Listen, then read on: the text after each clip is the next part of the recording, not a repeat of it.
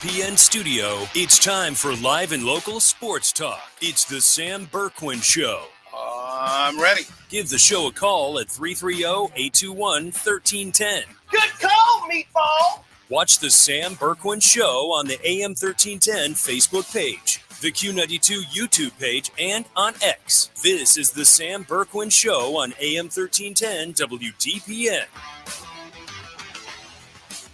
Bain hoisting at the buzzer. He drills it right back off. Oh, they blew up the screen. Jenkins from the corner. It's guarding. Wembanyama. Lonzo leans. Gives to Merrill. Merrill got knocked down. Donovan Mitchell. Last chance. Oh, mercy. One more miracle. The lob for Wiggins. He did it. The Heat win it. All night. He gets 41 there, the longest play of the game on either side. Shoulder pump fake, end zone. It is caught for the touchdown, Devontae Smith. Connor McDavid will dust it off, a pirouette, a shot. He scores! What a goal! Connor McDavid brings the house down.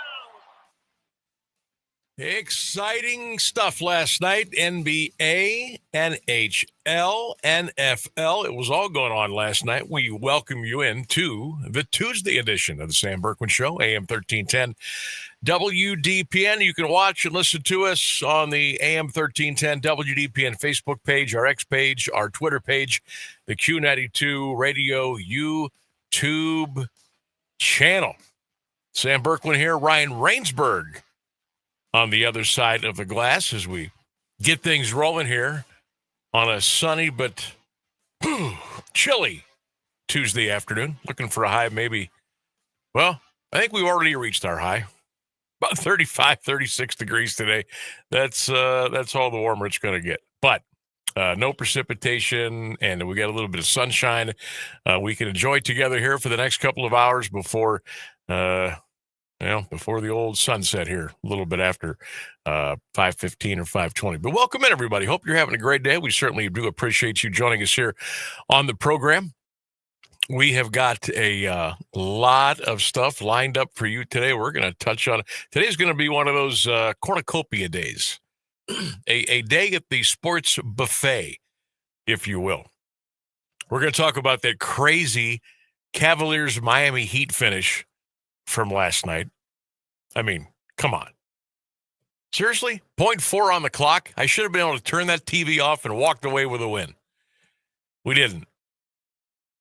And the same two teams are going to tango again down on South Beach on Wednesday night. So a little 2 out of 3 down in Miami for the Cavs and the Heat. Top 25 college football poll released yesterday. Buckeyes 1, Indiana 2. And you got Texas A&M, you got Bama, you got Georgia. In your opinion, who is the real number one team, do you think? We all just want to jump and say, oh, Ohio State. And I don't have a problem with that. I think these other teams are very close to Ohio State's level. Pretty close enough to where it scares me just a little bit. Just a little bit. Now it's all going to play out. We'll watch this thing, unfurl. But I guess I'm not going to let myself get so comfortable to think that there is no way in the world Ohio State can lose to anybody this year. When I think these other teams are pretty good too. They're pretty good too. So we'll have a little discussion there. We're also going to be talking to J.C. Heighway. From I would say the bowling circles. Would that make sense? We're going to talk about the 25th season, the 25th anniversary of Stark County High School bowling program. JC kind of in charge there, and we're going to talk to him. We're also going to talk to, I believe, this is look, we're trying something today we've never done before as far as the video portion of the show. We're going to have multiple. Going to try to have multiple guests on at the same time. So tune in. This could be fun. It could be Could be a poop show. Who knows? But it'll be entertaining. I can tell you that. But we're going to talk to J.C. Heighway, Perry girls coach Joe Altamar III, McKinley boys coach Kim Heaton, and we may have another guest or so. But that's what we're going to talk about this at 3:35 today, because bowling, believe it or not, is gaining popularity. And the fact that this is the 25th season of the Stark County High School bowling program, I think it's pretty cool to kind of talk about that and hear from the folks that are kind of on the, right there in the bowling alley, right there in the lane. Okay, so we're gonna do that about 3:35 today. So if you know some, hey, maybe you have some of your kids are bowlers. Maybe you're in a bowling league. Maybe you know some of the coaches. Maybe you know JC. Well, tune in today at 3:35. I think it's going to be an interesting conversation. High school football playoffs round 3 gets underway. This Friday night, we will give you our broadcast schedule as we've got it set here on 1310 WDPN and, of course, at Q92 Radio Sports. We've got Maction tonight. Oh, we've got Maction tonight. Ohio U and Western Michigan. And ladies and gentlemen, boys and girls, we have the battle for the wagon wheel tonight. I'm trying to make this as dramatic as I can. Infocision Stadium tonight in Akron. The Akron Zips will take on the Kent State Golden Flashes for the wagon wheel. Nothing says rivalry and tradition like a college football game on a Tuesday night. You just, Zips are 6.5 favorite tonight. The total is 48.5. Can you imagine? I know this is apples and oranges. Can you imagine Ohio State and Michigan playing on a Tuesday night? Can you imagine Auburn and Alabama playing on a Wednesday night? Rivals. Hardcore. Rivals. Rivalry game. Let's fire it up on a Tuesday night. Let's go. I know the MAC has to do what the TV people tell them to do. I get it. By the way, the game is on ESPNU tonight. At what time does this thing go? 7? Yeah. Battle for the wagon wheel. Zips and the Golden Flashes. Hey, if Akron wins their last 2 games, they will be bowl eligible. I can't believe I just let that come out my mouth. But the Akron Zips, if they win their next 2, could be bowl eligible for the 2025 season. I had to give that a double take today. But it is correct. They've got Kent State tonight, and then another Maction special next Tuesday. They will be at Bowling Green. So the Zips, they could become bowl eligible if they win their next 2. Kent's out of it. They're 3-6, and they're kind of playing out the string. Do want to shout out all of our veterans. Veterans Day today, November the 11th, 2025. Thank you for your service. Thank you for your service today. Thank you for your service every day. And I thought it would be kind of cool today if you wanted to shout out a veteran here on the show. Whether you want to text it in at 330-924-7088. If you want to drop the name of the veteran that you would like to, pay a little tribute to today, you can do that in our comments section on all of our social media platforms. So if you're watching us on the Q92 Radio YouTube page, you can put the comments there, who you'd like to shout out, the veteran, name, maybe, where they served, Army, Navy, Air Force, Marines, what have you. Again, you can text that in at 330-924-7088, or you can drop your comments on our Facebook page and our 1310 WDPN Facebook page. I think that'd be kind of cool today. Let's shout a veteran out today. Drop those comments and get them in, and we will. I promise you, I will read every single one of them today on the air up until 6 o'clock today. So make sure you get those veteran shout outs in today here on the show. What else we got going on today? We got a comment on YouTube that might be some fighting words, Sam. Oh, I love to fight. Let's go.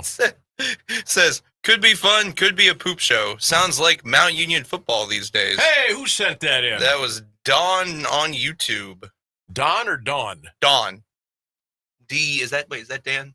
No, that's D-O-N. That's Dawn. Oh, Dawn. D-O-N. I'm going to triple check that because I'm kind of blind.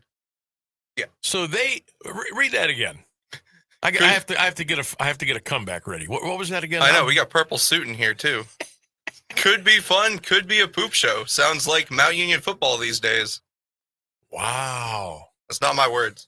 Maybe Don is a graduate of John Carroll. He must be. But I'm pumped. Muskingham winner. Hey, maybe. Bring him, baby. I'm ready today. Bring it all. Bring all the smoke. I'm ready. I'm always ready for a little fighting, a little conflict. I'm always ready for that. College football this weekend. There are some big games. We're going to get into that. Ohio State and UCLA. 25 years ago, this would be Ohio State's a 32-point favorite over UCLA. This is the NBC game, Saturday night at 7:30 from the Horseshoe. Let me repeat that again. Ohio State is a 32-point favorite over UCLA. My, how far the Bruins football program has gone. And now did you see that they want to leave the Rose Bowl? UCLA wants to leave the Rose Bowl. Their lease goes until 2044. So this is just a little bit early. But they want to go to SoFi Stadium and play their home games now, where the Chargers and Rams play. Why okay, and I get it. I get it from I've been reading up on this a lot, because I think it would be a catastrophe, a tragedy, if UCLA football left the Rose Bowl and played their home games somewhere else. Now, obviously, they have not drawn very well lately because their football team stinks. If the team is good, people will go. I don't care where it is. I don't care what the parking's like. People will go. If you're good, people will go. So I've been reading up on this story a little bit, and to find out that the Rose Bowl is 26 miles away from the campus of UCLA. Okay, that could be a little bit of a problem. The parking, from what I understand, I've never been there, is tragic, to put it nicely. Parking is an abomination. But you want to go to SoFi Stadium. Okay, so SoFi Stadium is 12 miles away from campus. You're going into a building that has about as much character as a bedroom closet. It's so sterile. It's, you know how these domes are now, these stadiums are all their cookie cutter, sterile garbage. I don't care how nice the amenities are. They're garbage. There's no character to them, no nothing. Rose Bowl holds about 90,000. SoFi Stadium holds a little over 70,000. But you're going to give up. You're going to give up on the scenery of UC. You're going to give up Pasadena. You're going to give up the Rose Bowl. You're going to give up the charm, the character, the tradition, the ghosts of the Rose Bowl past to go freaking indoors to play a football game in Inglewood, California. I got no dog in the fight here. I don't go to UCLA. I never went there. I don't even know if I know anybody that went to UCLA. I don't want them to leave the Rose Bowl to go to SoFi Stadium and play indoors. Come on. Somebody's got to do something about that. A lot of people have been chiming in to just build a stadium on campus. Okay. I guess I could go for that. But why would you want to leave the beautiful San Gabriel Mountains? You know what I'm talking about. You know what we all sit down and watch the Rose Bowl every New Year's Day. About 5:45, 6 o'clock, 6:30. What a beautiful scene that is with the mountains and the sunset. And I get chills just thinking about it. Just here's Here's an idea, UCLA. Get your head out of your rear end and get your football program better. Play better, win more games. I promise you, people will show they will return to the Rose Bowl to watch you play again. I promise you. I promise you, if you win more games, people will find a way to get there. Now, it still might be a little difficult for students. Some of them, I mean, I don't know. How many UCLA students even care about football? I don't know. And the fact that it's 26 miles away, yeah, that's a little bit of a problem. But at the end of the day, if you start to win, and if you can win 8, 9, 10, 11 games a year, people will show up. People will start to show up. You'll have to get rid of those tarps in the end zones and open up more seating for people. That's all you got to do is win. Forget about this other nonsense. Just go win. Go get better. That's just my thought. I'd hate to see them leave the Rose Bowl. It's just such a beautiful place, a beautiful backdrop. I just want to get that out there. UCLA just hosted who on Saturday night? There was the game on Fox. Who was it, Nebraska? I think it was Nebraska. Hell, they have 60,000 people there. Not half of them were from Nebraska, but who cares? It's a beautiful play. It looked great on TV. But I digress. Sam Bourquin Show poll question of the day. And I came up with this today because of the stat line last night in the Cleveland Cavaliers-Miami Heat game. Did you guys and girls see this? Cavaliers, of course, they lost 140-138. Donovan Mitchell, 28 points, 15 rebounds, 8 assists. He bailed him out with an off-balance fadeaway, almost a blindfolded three in the corner with 0.4 of a second left on the clock. Thought we were going to go to overtime. Cavaliers decided not to remember how to inbound a pass from the sideline, and Miami got an inbounds jam as time expired, and they won the game 140-138. Did you see how many three-pointers the Cleveland Cavaliers fired up last night? 65. 65 three-pointers last night. Cavs were 21 of 65. Miami shot 36 three-pointers. They were 12 of 36. Let me do the quick math here. 101 three-pointers were hoisted last night between the Heat and the Cavs. And the Sam Bourquin Show poll question of the day is the three-point line starting to ruin the sport of basketball? And I don't care what level it is. This one here I'm using for, the pro side of things. But is the three-point line starting to ruin the sport? Is it harder for you to watch? It seems like we just come down the floor and chuck threes. Or we get into the offense for about 4 or 5 seconds and we launch a three.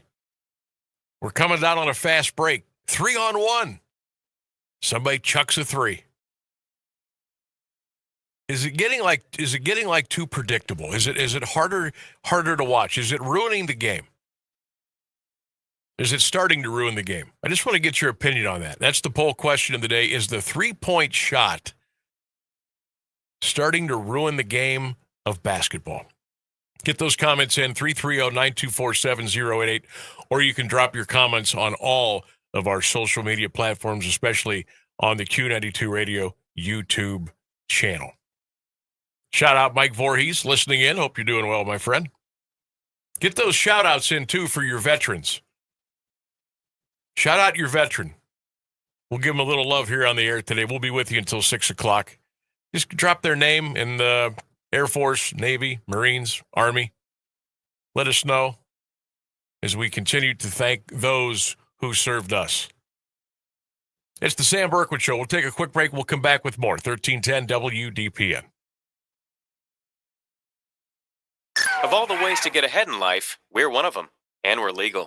The John Tesh Radio Show. I'm John Tesh, and we couldn't be happier about bringing you intelligence for your life every day. We have a room full of researchers gathering the information and ideas you need to make your life simpler and better, and to make you the smartest person in the room. You're just trying to be better. We're just trying to help. The John Tesh Radio Show. Join me for music and intelligence for your life, 10 to 3, Monday through Saturday, only on AM 1310 WDPN. It's intelligence for your life. What does it mean to live here, serve here in the Ohio Army National Guard? It means I can attend college full-time and not have to take out student loans to pay for my tuition. It means I can work my civilian job during the week and support my state and nation in times of need. You too can live here, serve here as a member of the Ohio Army National Guard. Learn more about part-time service with full-time benefits at nationalguard.com/OH. Sponsored by the Ohio Army National Guard in coordination with the Ohio Association of Broadcasters and this station.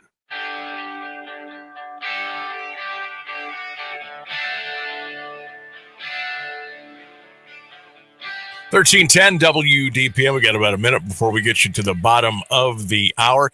Text line open 330-924-7088. Give a veteran a shout out today. If you want to shout out a veteran, remember a veteran maybe that we have lost, the branch that they served. Well, I'm going to read as many of those as I can today, but you got to get them in. I can't read them if you don't get them in. All right, 330-924-7088. You can drop those comments all of our social media platforms. Let's shout out, let's thank some veterans today here on the show. News and weather coming up here at the bottom of the hour. And when we get back on the other side, we're going to talk about the 25th season, the anniversary, the 25th season of the Stark County High School Bowling program. We're going to check in with JC Heighway. We'll have some other special guests as well. And we're going to talk a little bowling today. How far it's come, where it's going, what's popular about it now. Is it attracting a newer crowd, a different crowd? What do people love about it? How do you get started?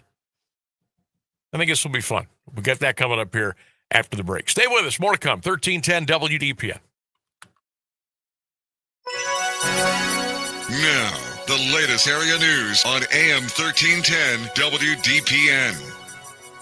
Good afternoon. It's 3:30. After refusing to convene the House during the government shutdown, Speaker Mike Johnson is recalling lawmakers back into session. They're set to consider the bill to reopen the federal government tomorrow. The Senate passed the funding measure Monday. More from ABC's Catherine Falders, who says SNAP recipients could see some relief soon. The good news is that SNAP will be funded until September 2026, but they're still in limbo today, of course, as this has moved through the courts. The government isn't funded yet, but the good news is that it will fund SNAP for those 42 million Americans who rely on SNAP funding until September of 2026. Meanwhile, the U.S. Supreme Court is expected to announce today whether the Trump administration must start complying with lower court orders that require full payments in the SNAP food program.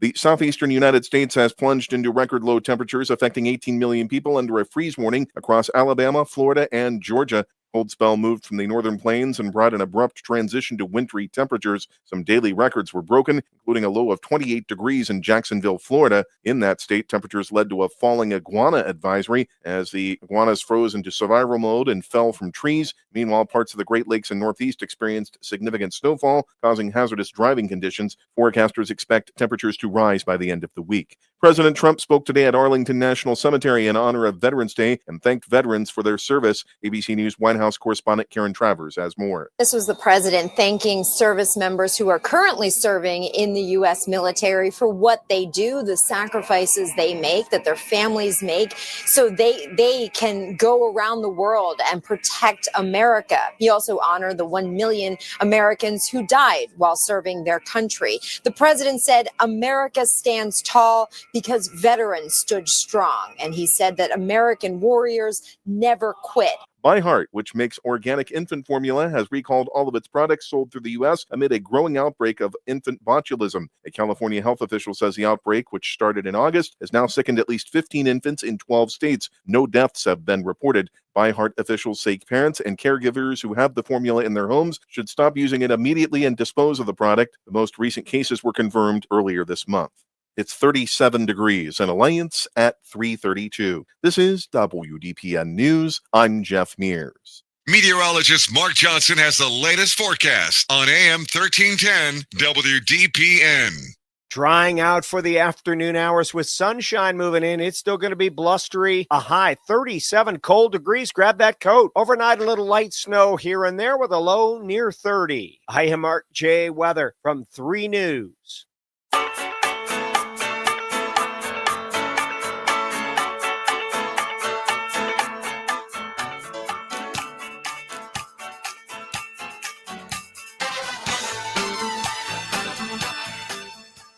Welcome back to the Sam Bourquin Show, AM 1310 WDPN. Welcome back, everybody. Hope you're enjoying the day. Nice day. Lots of sun. Little chilly. Little snow this morning. I got out of here quick. Tonight, Wagon Wheel, Kent State, Akron, Maction, baby. Who's going up to Akron tonight to watch that? I may check it out on TV, maybe. We'll see. Cavs are off tonight. They'll be back in Miami tomorrow night against the Heat. A little bit after 7, we'll get into some college football talk, some high school football playoff talk. Remember, we are shouting out the veterans today. If you have a veteran you would like to shout out, drop that comment in the box, 330-924-7088, or you can drop it in all the comments and all of our social media platforms. But right now, we're gonna. Yep, I'm gonna say it. We're going to change lanes. See what I did there? We're going to talk about the 25th season, the Stark County High School Bowling Program, where it was, where we're at, where we're going, and everything else in between. And I want to bring on J.C. Heighway from the Stark County High School Bowling Program, and I believe we're going to have some other guests that are going to be popping into your screen here as we speak, and we will kind of bring them along as we go. I see JC, so I will say hello and good afternoon. How are you doing this afternoon, JC? Good. How are you, sir?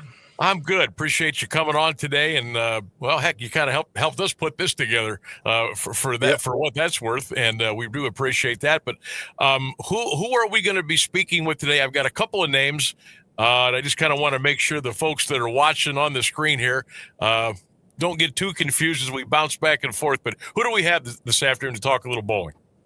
Yeah, we should have Joe Altimore from the Perry Panthers. He's the head girls coach. They were the state runner-up last year on the girls division. And then we'll have Wiley Currents popping in here too. He's the coach for McKinley, one of the coaches. He's been with us for 25 years now, for the whole time. So that's Wiley Currents? Yep, Wiley Currents. He's been from day one. All right. Had Kim Heat on there. All right, we get Wiley on there. Okay. So Kim's the head coach, but she passed it over to Wiley since he's been involved since the beginning. Okay. Well, that makes sense. So the 25th season Stark County High School Bowling Program. How did we get here, JC? Walk us through, because I know it's been quite a journey. Yeah, so we started back in 1999. There was a group of Corky Bow, Joe Eaton, the former athletic director at North Canton, Maurice Schwab, Jim Heighway, Annie Case from Park Center Lanes, and then Jeff DiMarzio, all kind of put the idea together to start high school bowling. And it took from 99 to 2001 to get anybody to really catch on to it. We kept getting told no, no, no. And back then I was a sophomore in high school, so it was more my dad that got the program going with the group of people. Sure. But Joe Eaton was the one that decided to give it a chance at North Canton, and he approached all the Federal League teams. So he was the one that kind of helped push it along. We got all the Federal League teams to start up. There was 10 founding members originally when we first started back in 2001. And today there is 19 schools in our conference. At one point, we got up all the way up to 26 schools in the conference. Oh, wow. I did not know adding that. all the Tuscarora schools and stuff, and they broke off and created their own division, which was what we ultimately wanted to do in the first place, was help them get it started, and then they can branch off and not have to have the travel time and everything. But yeah, it's been an exciting 25 years. I can't believe we're here already. That means I'm getting older, since I was in high school when this happened. So this basically, it sounds like, JC, this was born from scratch. I mean, there was nothing, and I mean, that's crazy. You had this thing up to 26 at one point, and they've kind of branched off, but still to have 19. Did it take a lot of, I don't know. I mean, what did it take to finally get this thing to get started? I mean, you mentioned you had to wait a couple years and there was no or very slow. I would say the number one thing that really got it going was Annie Case from over at Park Center Lanes. She put a lot of her money into it. She put the lane time into it. She's the one that talked a lot of the other bowling alleys to go with it. A couple didn't want anything to do with it right off the bat, but you can't tell Annie no. So she got all the other people to buy into it, and she put a lot of effort and time. We called her the grandmother of high school bowling. Okay. She's actually was in our inaugural Hall of Fame class for Stark County High School Bowling as well. So she was pretty much the grandmother of high school bowling, and her and then my dad would go around to all the different schools pitching it to everything. Him and a group of people would go around. And like I said, once Joe Eaton picked it up, it was kind of the rest is history, as they say. Wow. This is crazy to me because this being the 25th anniversary, I've been doing this since I was 25, maybe earlier than that. And I always thought, hey, it just kind of happened, like baseball, football, it just happened. And I didn't know it was. This seems like a pretty arduous process, but if you keep after stuff long enough, you're going to get where you want to go. Before I bring Joe Altamore III in and Wiley Currents in, you said something about the Hall of Fame.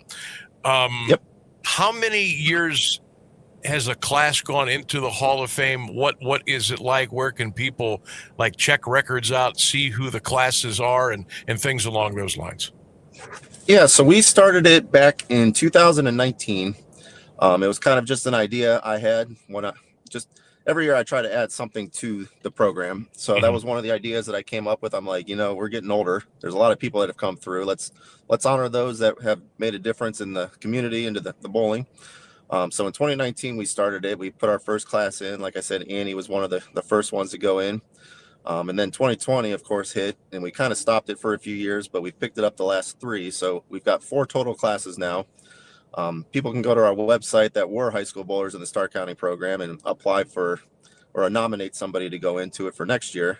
Okay. And basically, we just have a whole forum that people can nominate somebody, and we go through, and if they were on first team for at least a year, they're eligible to be on. If they've been graduated for 5 years, they're eligible to be in it.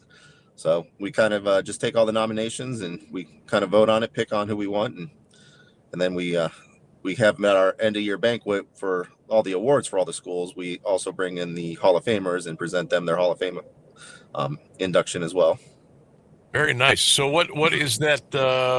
Give us a website or an address where people can check this out and maybe endorse some bowlers to get in, maybe put their names in a hat and get them in. Yeah, so our website is SCHSBC, which is just short for Stark County High School Bowling Conference.org. So it's SCHSBC.org. It's got all the history of the conference on there. It's got all the old programs from all the banquets on there.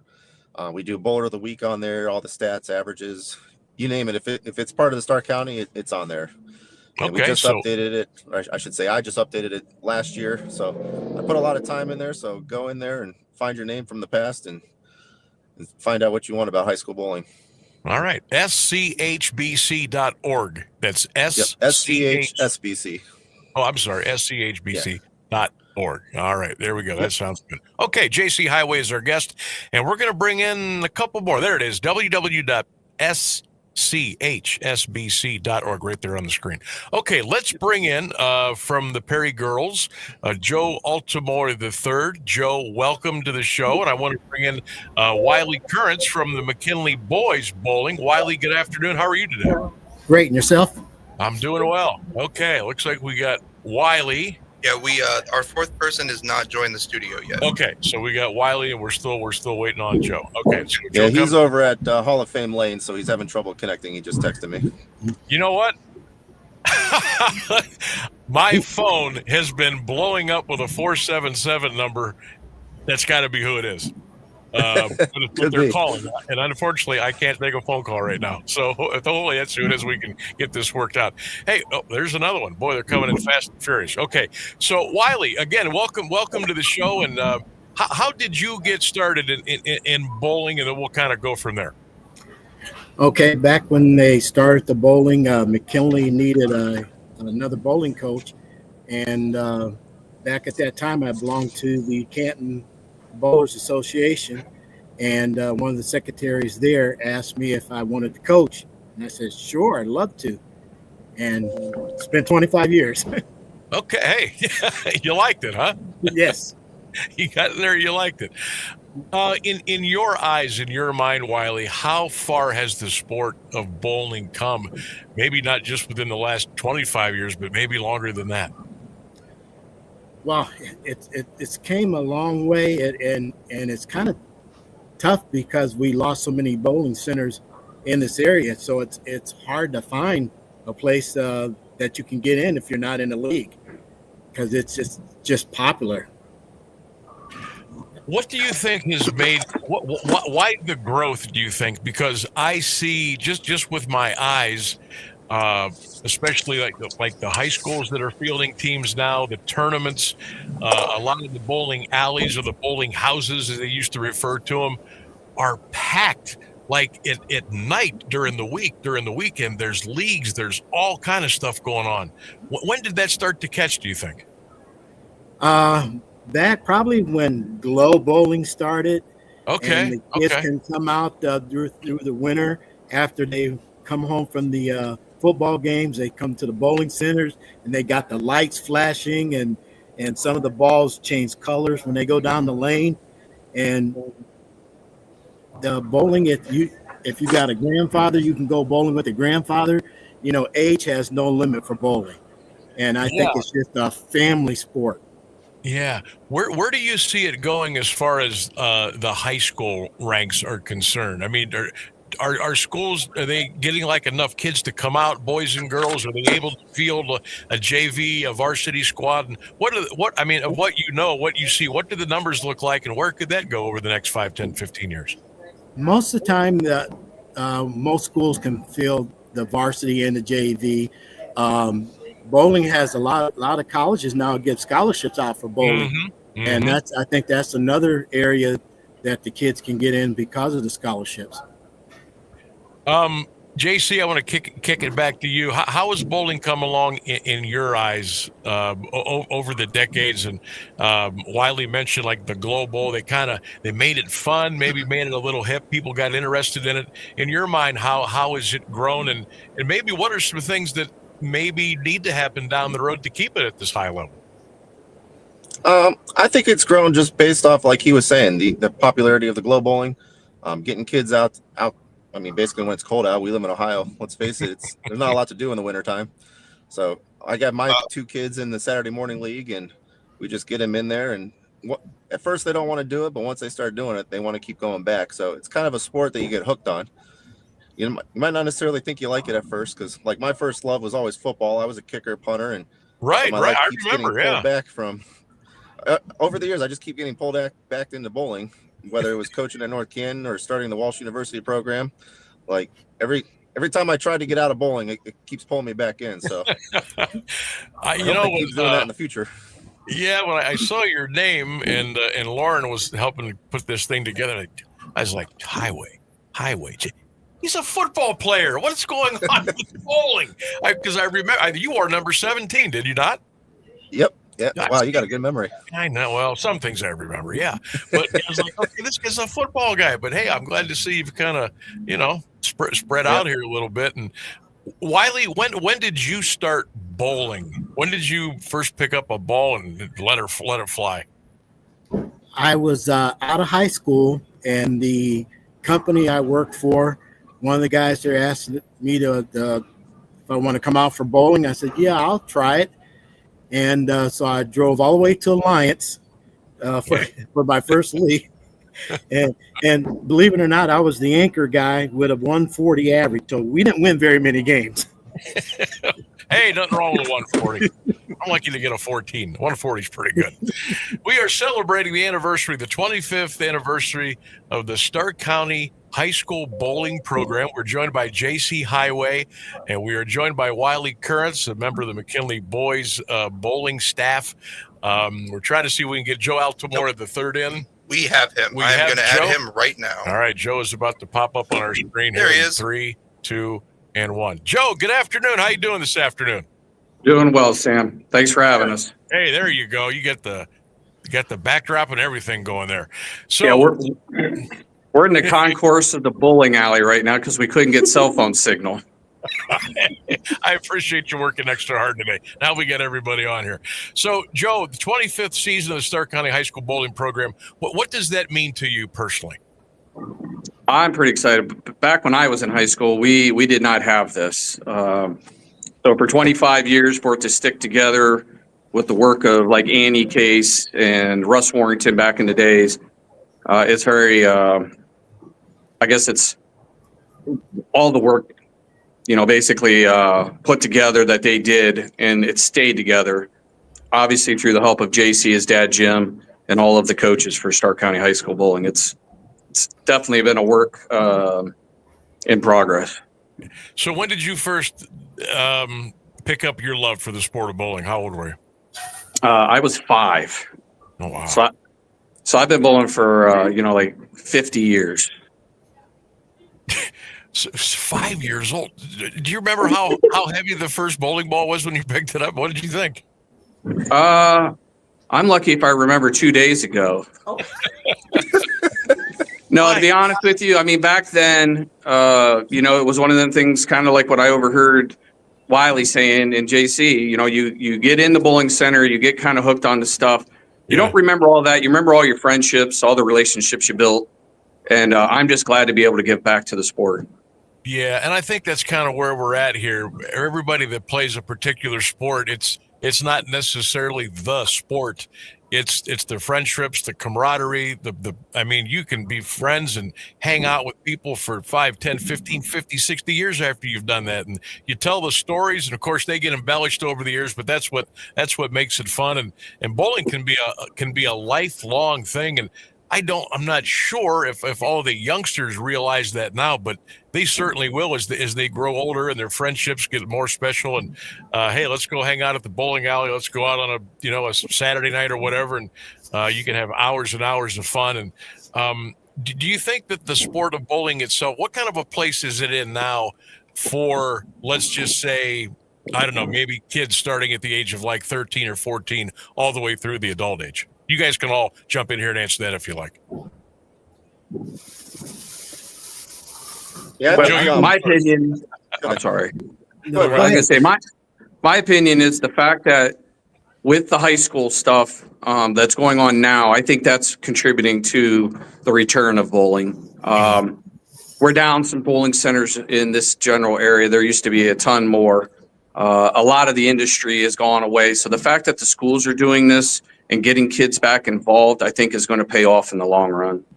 JC, go ahead and jump in.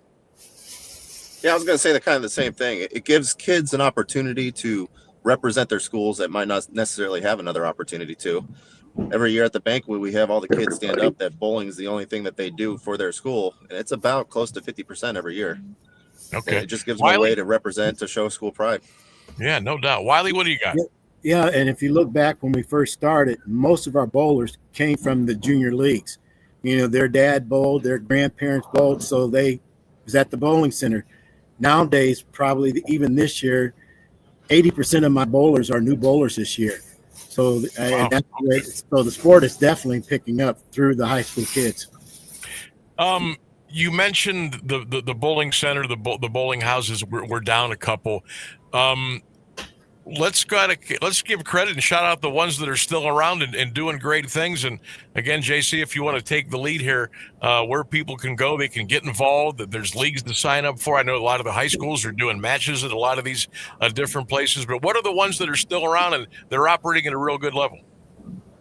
Yeah, so in our conference in the immediate Stark County area, we've got Eastbury Lanes, we've got Park Center Lanes, we got Strike Zone, we got Hall of Fame that Joe's at right now. We've got Minerva Bowl that's down there. They have a well-run facility. Really, we've the ones that we have, you could tell the people there really care about the sport. They want the people in there. They want the adults in there, the kids in there. Like our season starts this Saturday over at Eastbury Lanes. We have our first early bird tournament. Yeah, and, that's Eastbury's a big taking one, care of isn't us it? over there. That's that's a big one, isn't it? Like there's a lot of schools in that. Yeah, I think we'll have 16 schools there right off the bat. Okay. So it's a good test right off the bat to see where they're at, and The reason we like to do it is because it gives the coaches the opportunity to see what they need to do before the matches actually start. Absolutely.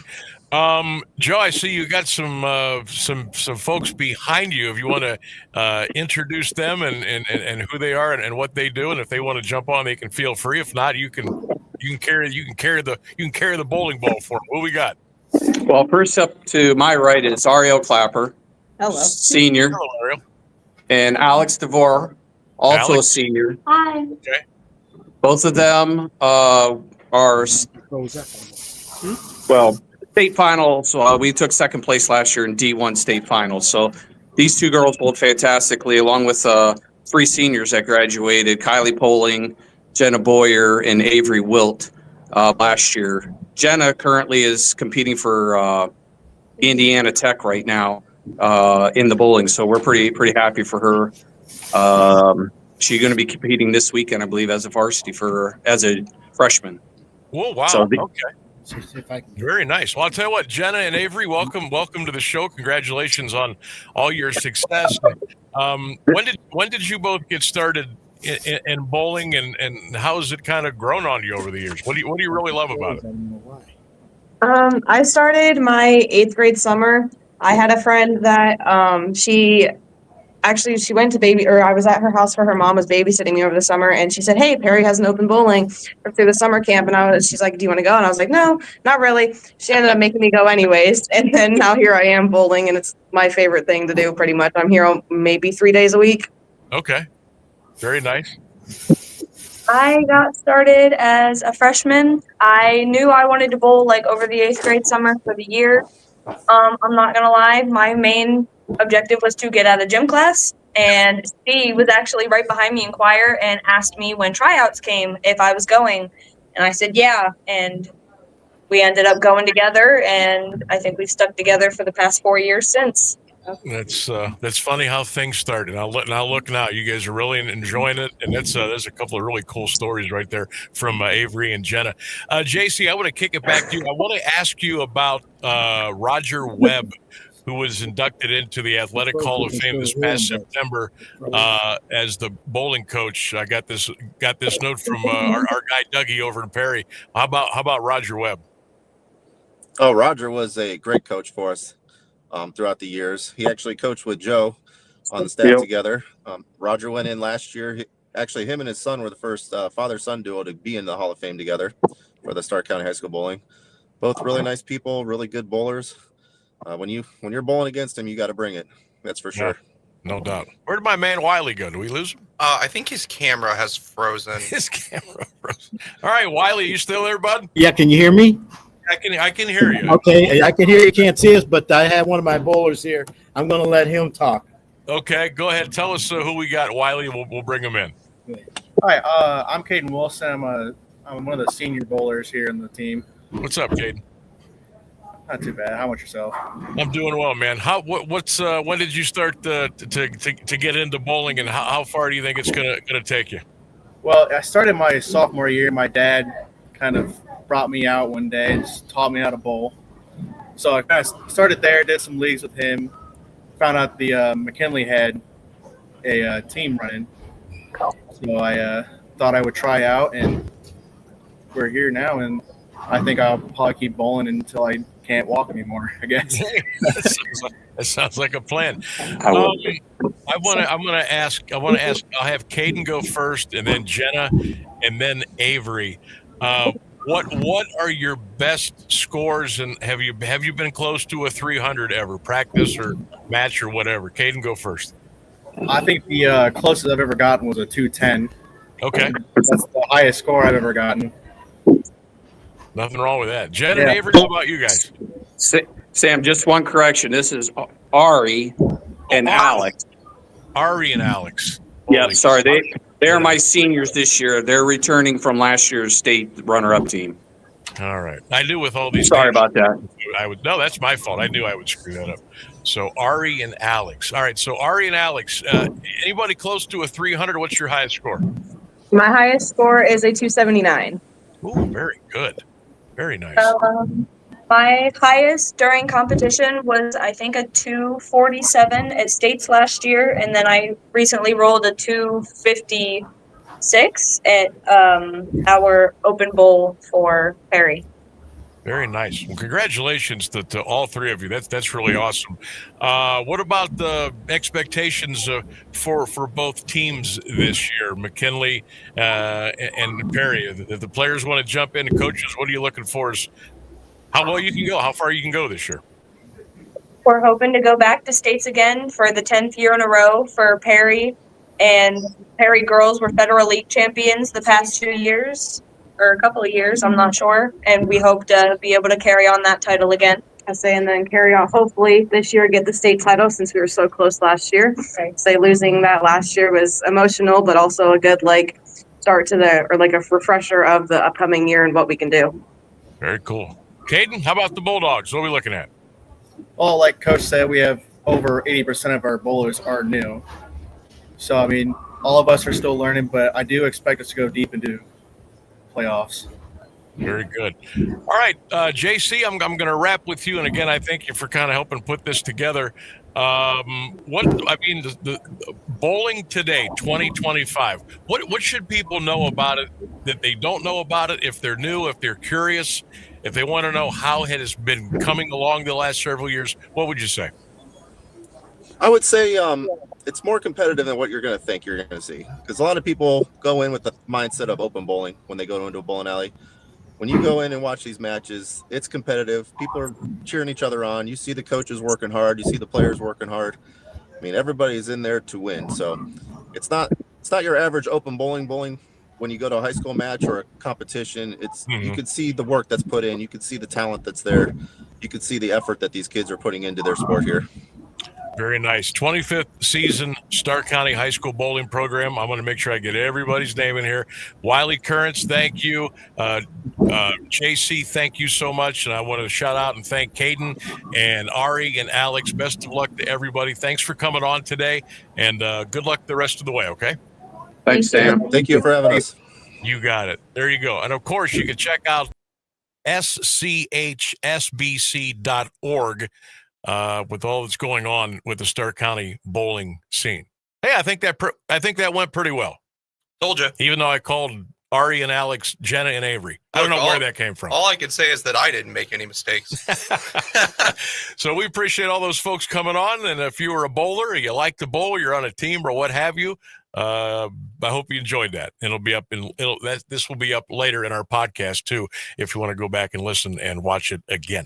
All right, that gets us right up to the news at 4 on AM 1310 WDPN. Stay with us. The Sam Bourquin Show continues after this. An important part of the Alliance community since 1953. You're listening to AM 1310 WDPN Alliance. Michelle Franzen. The government shutdown will last at least a few more days. The House returns for a vote tomorrow on the Senate-passed stopgap measure. Air traffic controllers, meantime, are strained while on the job without pay, and it's leading to more FAA flight cuts to ensure safety. Today, with the FAA ramping up flight cancellations from where they've been at 4% to now 6%. On their way to 10% of flights, almost 1,600 flights have been canceled in the U.S. today. Regional carriers SkyWest and Republic Airways are the most heavily impacted, followed by Southwest, Endeavor Air, Delta, and United Airlines. ABC's Alex Stone. The Supreme Court could issue a decision today on whether the Trump administration must abide by lower court orders to fully fund SNAP benefits for the month of November. On this Veterans Day, ceremonies taking place honoring all who served and sacrificed in the armed forces. At Arlington National Cemetery, President Trump thanked military members for their strength and courage. This is ABC News. Macy's has Black Friday deals you can shop now. That means you're getting early access to our top holiday deals on gifts for everyone on your list, including you. Like select sweaters for just $19.99. This season's hottest shoes and boots, 40 to 50% off. And festive sheet sets from $7.99 to $17.99. So come into Macy's, beat the rush, and get your holiday shopping done early. Black Friday early access starts here at Macy's. Savings off select styles. Exclusions apply. Your ambition just met its match with Robinhood. Trade stocks and ETFs, options, futures, and crypto all on one platform. Get started today at Robinhood.com/yourmoney. Your money, your move. All investments involve risk, including loss of principal. Options, futures, and crypto trading carry significant risk and may not suit all investors. Securities offered through Robinhood Financial LLC, member SIPC. Futures trading is offered by Robinhood Derivatives LLC, not FDIC or SIPC protected. Crypto offered through Robinhood Crypto LLC, NMLS ID 1702840, not FDIC or SIPC protected. Portfolio management offered by Robinhood Strategies, an SEC registered advisor.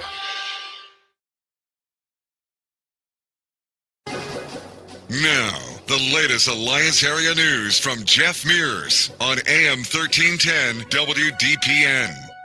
Good afternoon. It's 4:02. Alliance Community Hospital was locked down Saturday afternoon after a threatening phone call. Police say a man called the emergency room around 3:30, threatening to shoot up and blow up the building. Officers responded immediately, and the hospital was locked down. Entry points were closed, but the hospital stayed open for patient care. The lockdown was lifted around 6 p.m., and no one was hurt. Alliance police say there are no suspects at this time.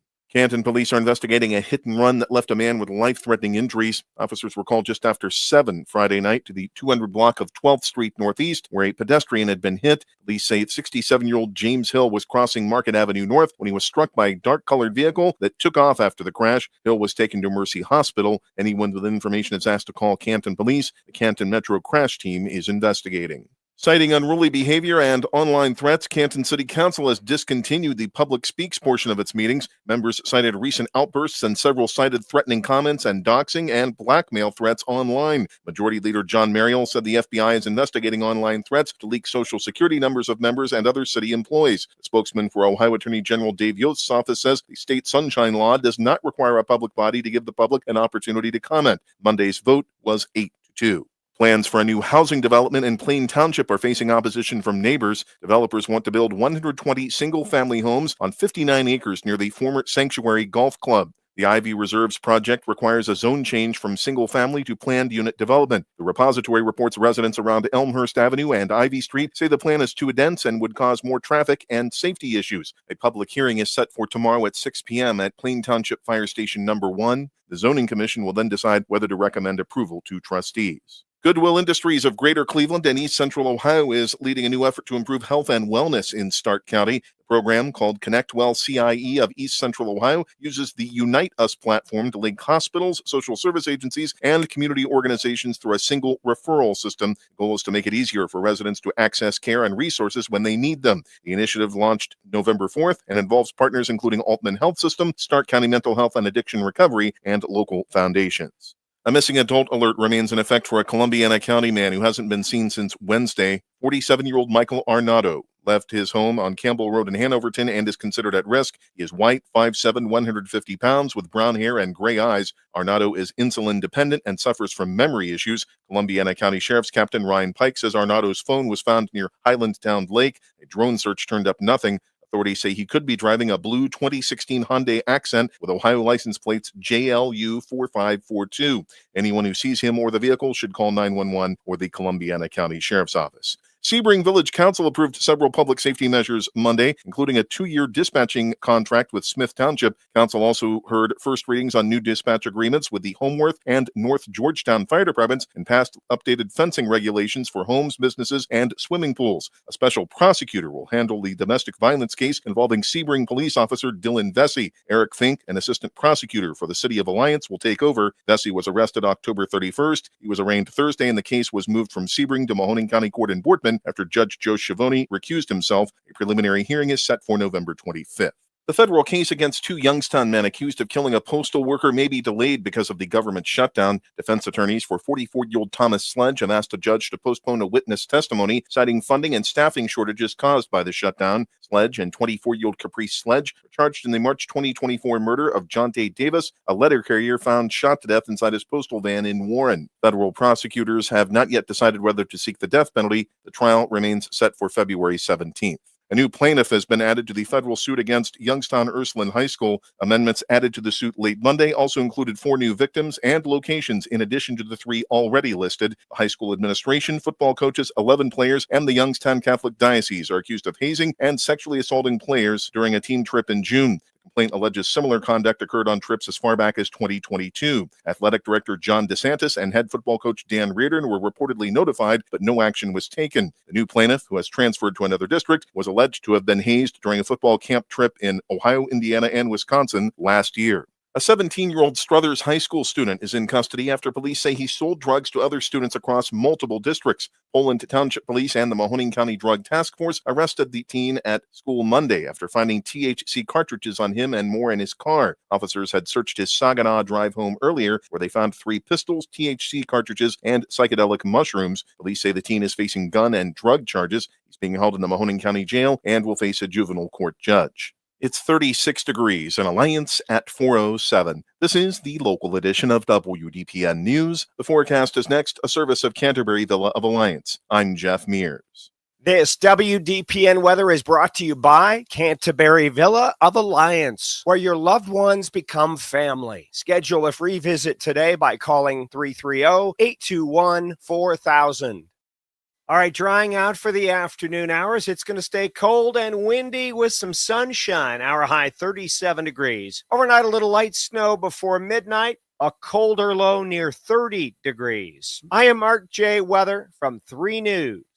Send your loved ones to a place that cares and a place that they can trust. They'll find a place that feels like home at Canterbury Villa in Alliance. They will provide the highest level of care to their residents when it comes to skilled nursing, rehabilitation, long-term care, and Alzheimer's care. At Canterbury Villa, your loved ones become family. Located on Freshley Avenue, schedule a free visit today by calling 330-821-4000 and ask for Samantha Nutter. At Canterbury Villa, they walk the talk.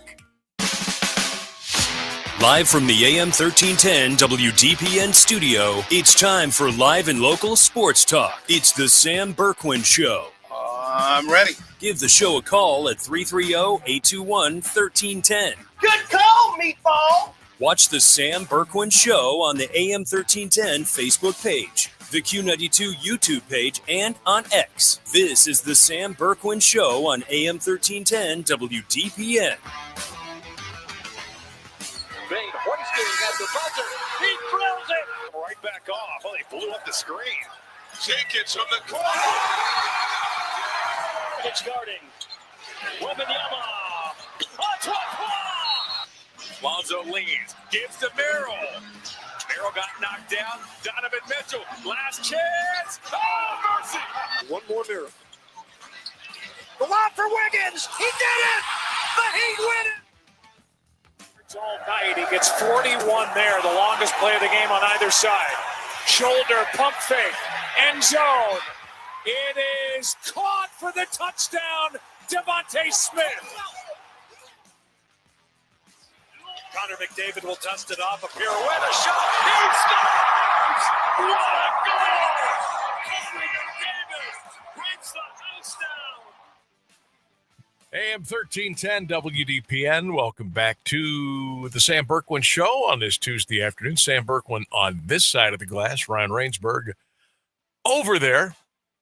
Hope you enjoyed our last segment. That was kind of fun. Kind of celebrating the 25th season of the Stark County High School bowling program. And I want to thank Wiley Currents from McKinley, Joe Altamore III from Perry, a couple of young ladies from Perry, Ari and Alex, Caden from the McKinley program, and of course, JC Heighway for helping facilitate. And a shout out to Lauren, too, from Q92 for helping us pull that off and get that together.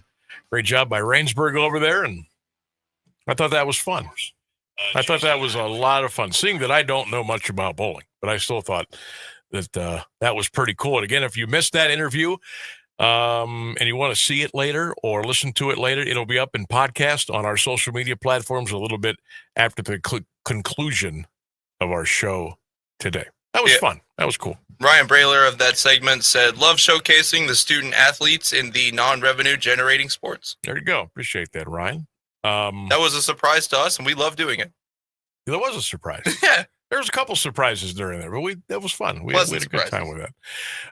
Text line open, 330-924-7088, 330-924-7088. That's our text line. You can use that anytime. Text in a comment, a question, a thought. We are also taking your Veterans Day shout-outs today. If you'd like to shout out a veteran in the branch that they served, get those in. I will read all of those throughout the show as we are with you until 6 o'clock this afternoon. Get those in. Again, happy Veterans Day. Thank you to all of our veterans today. Thank you tomorrow, the day after, every day for your service and everything that you have done. I got to shout out my father-in-law, Silky, Steven Sikora, a vet. He's out and about on the he is literally about town today. He is everywhere. So shout out to Silky. Who else are we going to shout out here today? I'll shout out my friend Alex. I think he was a medic. Okay. He's not listening, so he's not going to get mad at me for this because I don't remember what branch of the military he was in. But hey, it's a shout out that counts. Thank you for your service. Thank you, Alex. Also, Dougie over in the PTO wants to shout out veterans and his family, his late father, Reese, Army Air Corps in WW2, his late brother, Bob, United States Air Force, and his 3 grandfathers, John Douglas, World War I, who was named after Jimmy Edwards, World War I, and John Army Cavalry. Keep those coming in. Your veterans shout-outs, 330-924-7088, or drop your comments on all of our social media platforms, and we will read each and every one of them that comes in. If you even need to text those to me directly, go ahead and do that. We'll get those on the air. Okay, I just want to touch on the Cavs a little bit. Not much. It's one of 82, and they're going to play the Heat again on Wednesday. But for the love of Pete, how did you end up losing that game last night? Cavs and Heat. All I can think of today, after watching the last couple of minutes last night, all I could think of was when they were huddling. Now, remember, Kenny Atkinson got thrown out of the game. He was complaining about the fouls. At some point, I think the Cavs had 20. Was it 20 fouls? Miami had 2. Or Miami had shot 20 free throws. The Cavs had shot 2, something like that. It was ridiculous. But at the end of the day, so Kenny Atkinson gets thrown out of the game. So now you don't have him out there for the late game timeouts and situations and offense, defense, and out-of-bounds plays and things like that. So after Donovan Mitchell saves our bacon with that crazy three-pointer deep in the corner, like he shot that so high it almost hit the roof, okay? And it comes down through, and I'm thinking, okay, we're going to another overtime. All right, it's 138. We're gonna get this thing. We're gonna get this thing because the Cavs played well in spurts last night, and then there were spurts they looked like they didn't even want to be in the gym. So I think, okay, we fought back. We got a chance to win this thing in another overtime. Let's get it. So Donovan hits the 3. All the Cavs are celebrating. Hoo-ha. Timeout, Miami. All I could think of before Miami inbounded the pass, because remember, they called the timeout, and you can take it, you can advance to center floor. All I could think of was the line from the movie Hoosiers. And whatever you do, don't get caught watching the paint dry. That's all I could think of. And I'll be a son of a 0.4 seconds on the clock. Miami inbounds the ball. It's a lob slam dunk coming off of a screen at the top of the key. And Andrew Wiggins throws the ball down. The clock hits 000, and the game ends. Miami 140 and the Cavs 138. Now, look, I don't know if it would have made a difference if Kenny Atkinson was in the huddle. Maybe it would have. I don't know. But the fact that you couldn't defend an inbounds play with 0.4 on the clock. Just, I mean, at the NBA level, come on. You've got to be able to handle that. You've got to be ready to defend that. And there's only so many things you can do with 0.4 of a second on the clock. Technically, the rules state there has to be at least 0.3 on the clock to catch and shoot. Folks, that's very hard to do. To get an inbounds pass and kind of get it set in your hand and let it go and be off your fingertips in 0.4 of a second. So why are you really guarding like past the key? Whatever they do, they've got to throw the ball at the rim. And I don't know who got caught. I don't know. Was it Hunter or Dean? Who? I don't know who got caught, but somebody got caught and they got screened and the guy went right, and Wiggins went right down the lane and popped it in. And that was the end of the game. And I know it's 1 of 82, and they're going to play each other again Wednesday. And if they beat the Heat Wednesday, okay, it's a push 1-1. But you know what? When you have to fight back in the fourth quarter and outscore the Heat 36-27, so you get it to the overtime, and Donovan Mitchell bails you out with a desperation 3 off of a rebound in the corner. Let's be honest. You really need to win that game. And I'm not saying that loss is going to cost you home court advantage or a division title or seeding at some point. Maybe it will. I'm not saying it will, but it could. That's the kind of game where you really just don't want to throw those away. Look, if you get beat by 10, 15, 20, 25 points, you deserve to get beat. You got beat.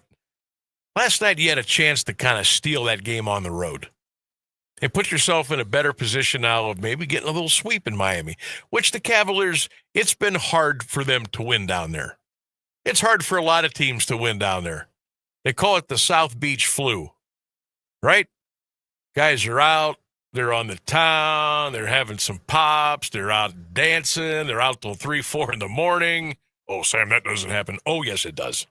Oh, yes, it does. And it happens in New York City, and it happens in Miami, and it happens in Vegas, and it happens in Los Angeles. Teams show up in these markets, and basketball becomes second on their mind. They want to go out and have fun. They want to enjoy the sights, the sounds, and everything else. So if the Cavaliers had a chance to win that game last night, and they didn't, they blew it. They blew it. They wasted a golden opportunity to get a win on the road against a team they don't play well against on the road. They blew an opportunity in a game where your starters played really, really well.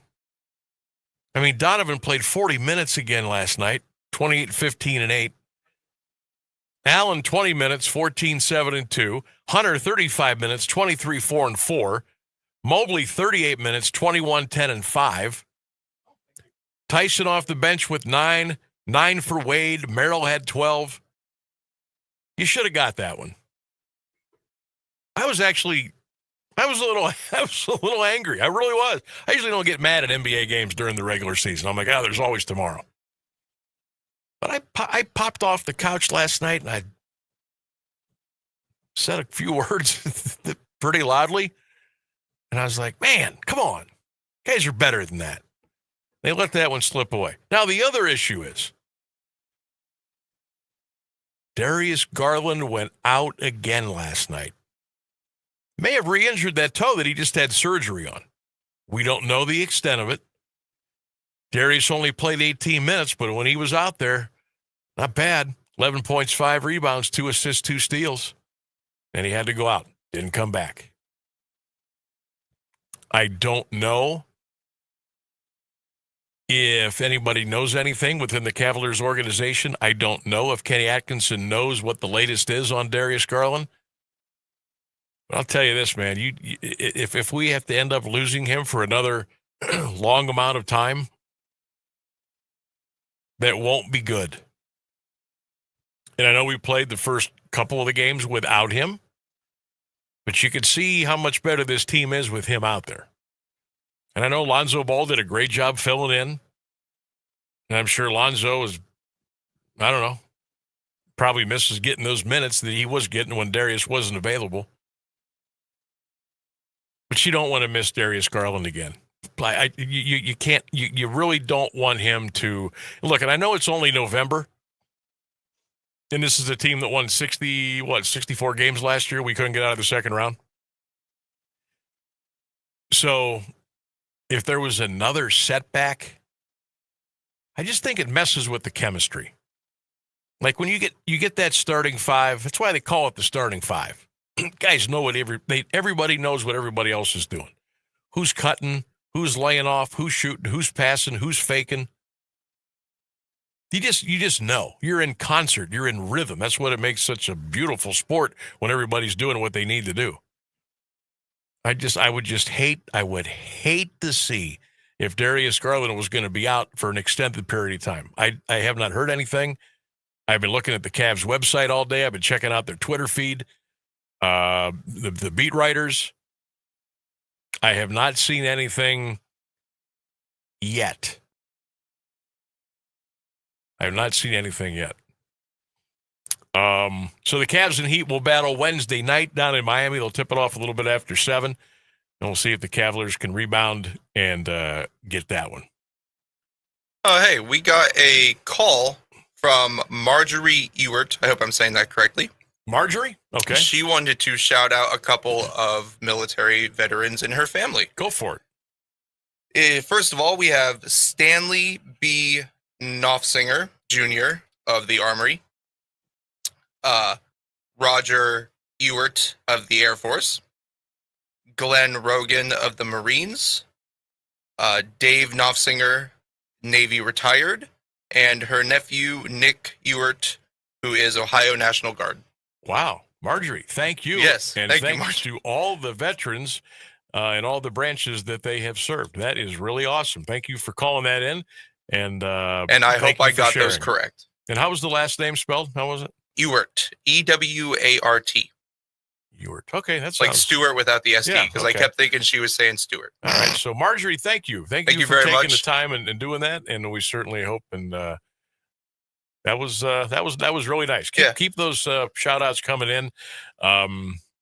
You can text them in at 330-924-7088. We're looking for shout outs to your veterans. If they are still with us, if they have passed on, we want to honor them and thank them today. Or if you want to call them in, that's the one thing we can do with our outstanding phone system.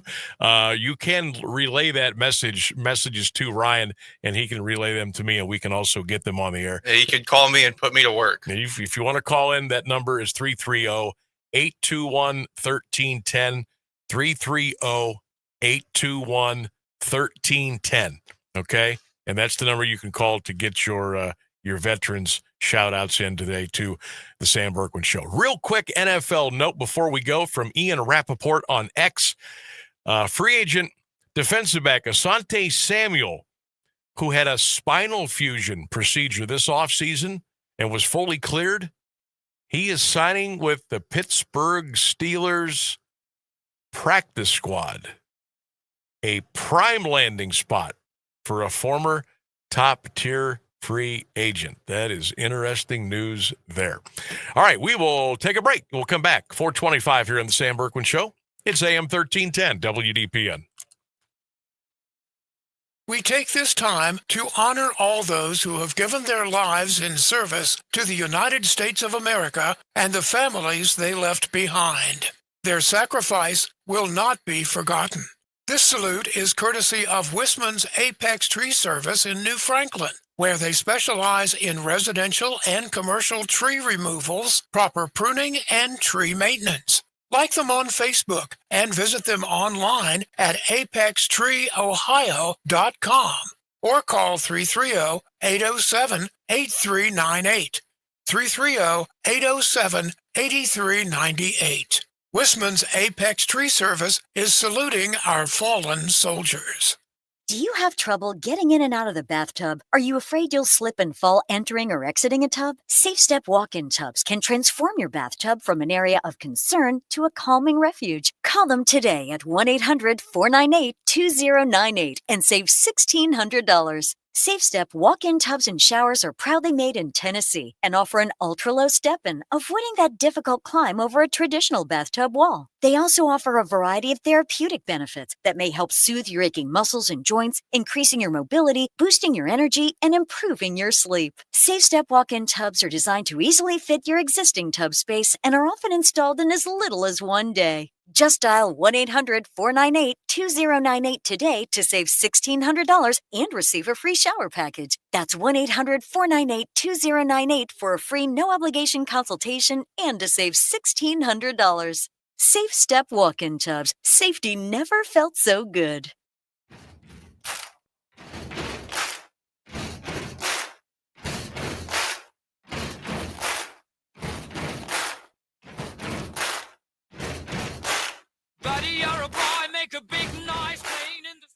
All right, we're back. We got 3 minutes before we get to the bottom of the hour. Again, get those Veterans Day shout outs in. If you would like to shout out a vet, thank them for their service, whether they are still with us or have passed on, we would like to honor them today. Your veterans shout outs, you can call them in 330-821-1310. That's 330-821-1310. That's if you want to call them in. You can text them in at 330-924-7088, and we will read each and every one of them. You can also drop those in the comments section on all of our social media platforms here today. Just about 2 minutes away from the bottom of the hour, news and weather with Jeff Mears and Mark Johnson. It's so good to hear Mark back with us again. Heard him do a couple of forecasts on Q earlier today, and of course on 1310 WDPN. It's so awesome to have him back, and such a great dude, and does a great job. And good to see him.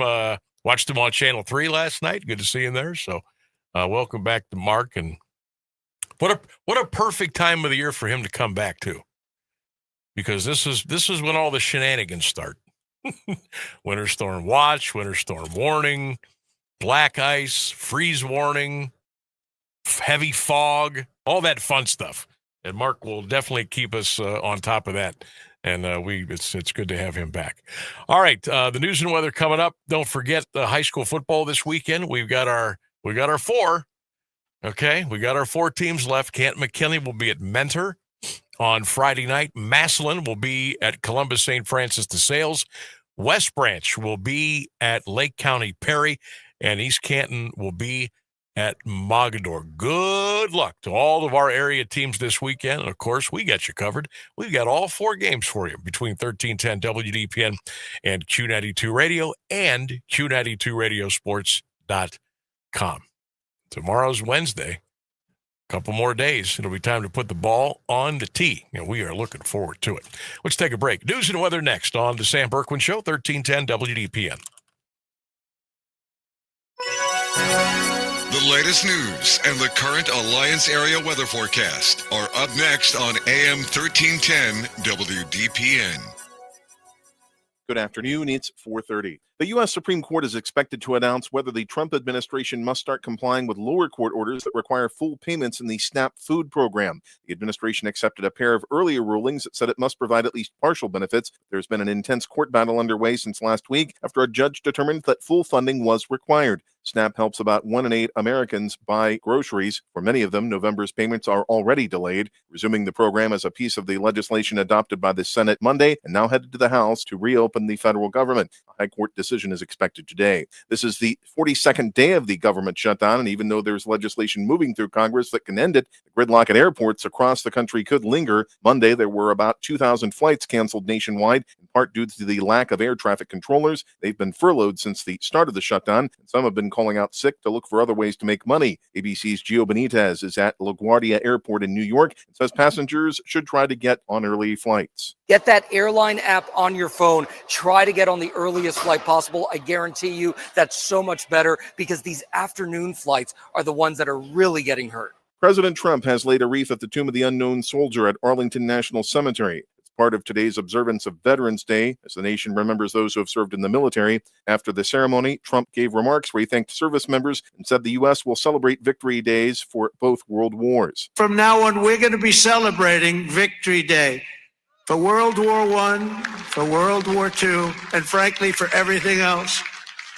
Under the Trump administration, we're restoring the pride and the winning spirit of the United States military. A suicide bomber has attacked outside a district court in Islamabad, killing 12 people and injuring 27. The explosion occurred today near a police car. A breakaway faction of the Pakistani Taliban claimed responsibility, but one of the group's commanders later disavowed the claim. The attack highlights the ongoing struggles of the Pakistani government against a resurgent Taliban and border tensions. Meanwhile, Pakistani security forces foiled an attack on an army-run college in a northwestern province. Prime Minister Shahbaz Sharif condemned both attacks and called for swift justice. It's 35 degrees in Alliance at 432. This is WDPN News. I'm Jeff Mears. Now, the Alliance Area Weather Forecast from Mark Johnson on AM 1310 WDPN. You're going to need that warm winter coat through the afternoon, even though we're going to see some sunshine. Not going to warm you up much. A high 37 degrees. Overnight, a little light snow here and there with a low near 30. I am Mark J. Weather from 3 News.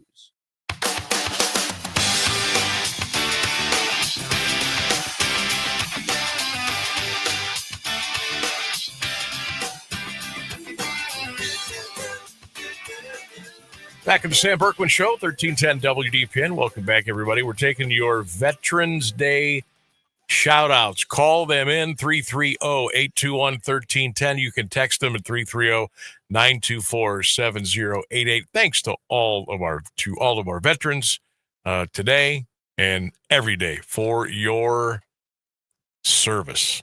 There's a lot of stuff going on today for veterans. A lot of restaurants and places giving free dinners, free lunches. Make sure you chat. I heard Christian talking about that on the morning show today. There's a lot of good deals out there. I know Chili's was doing some stuff. Applebee's, Golden Corral, some of the sub places you could go in and get free lunch, free dinner, what have you, if you're a veteran.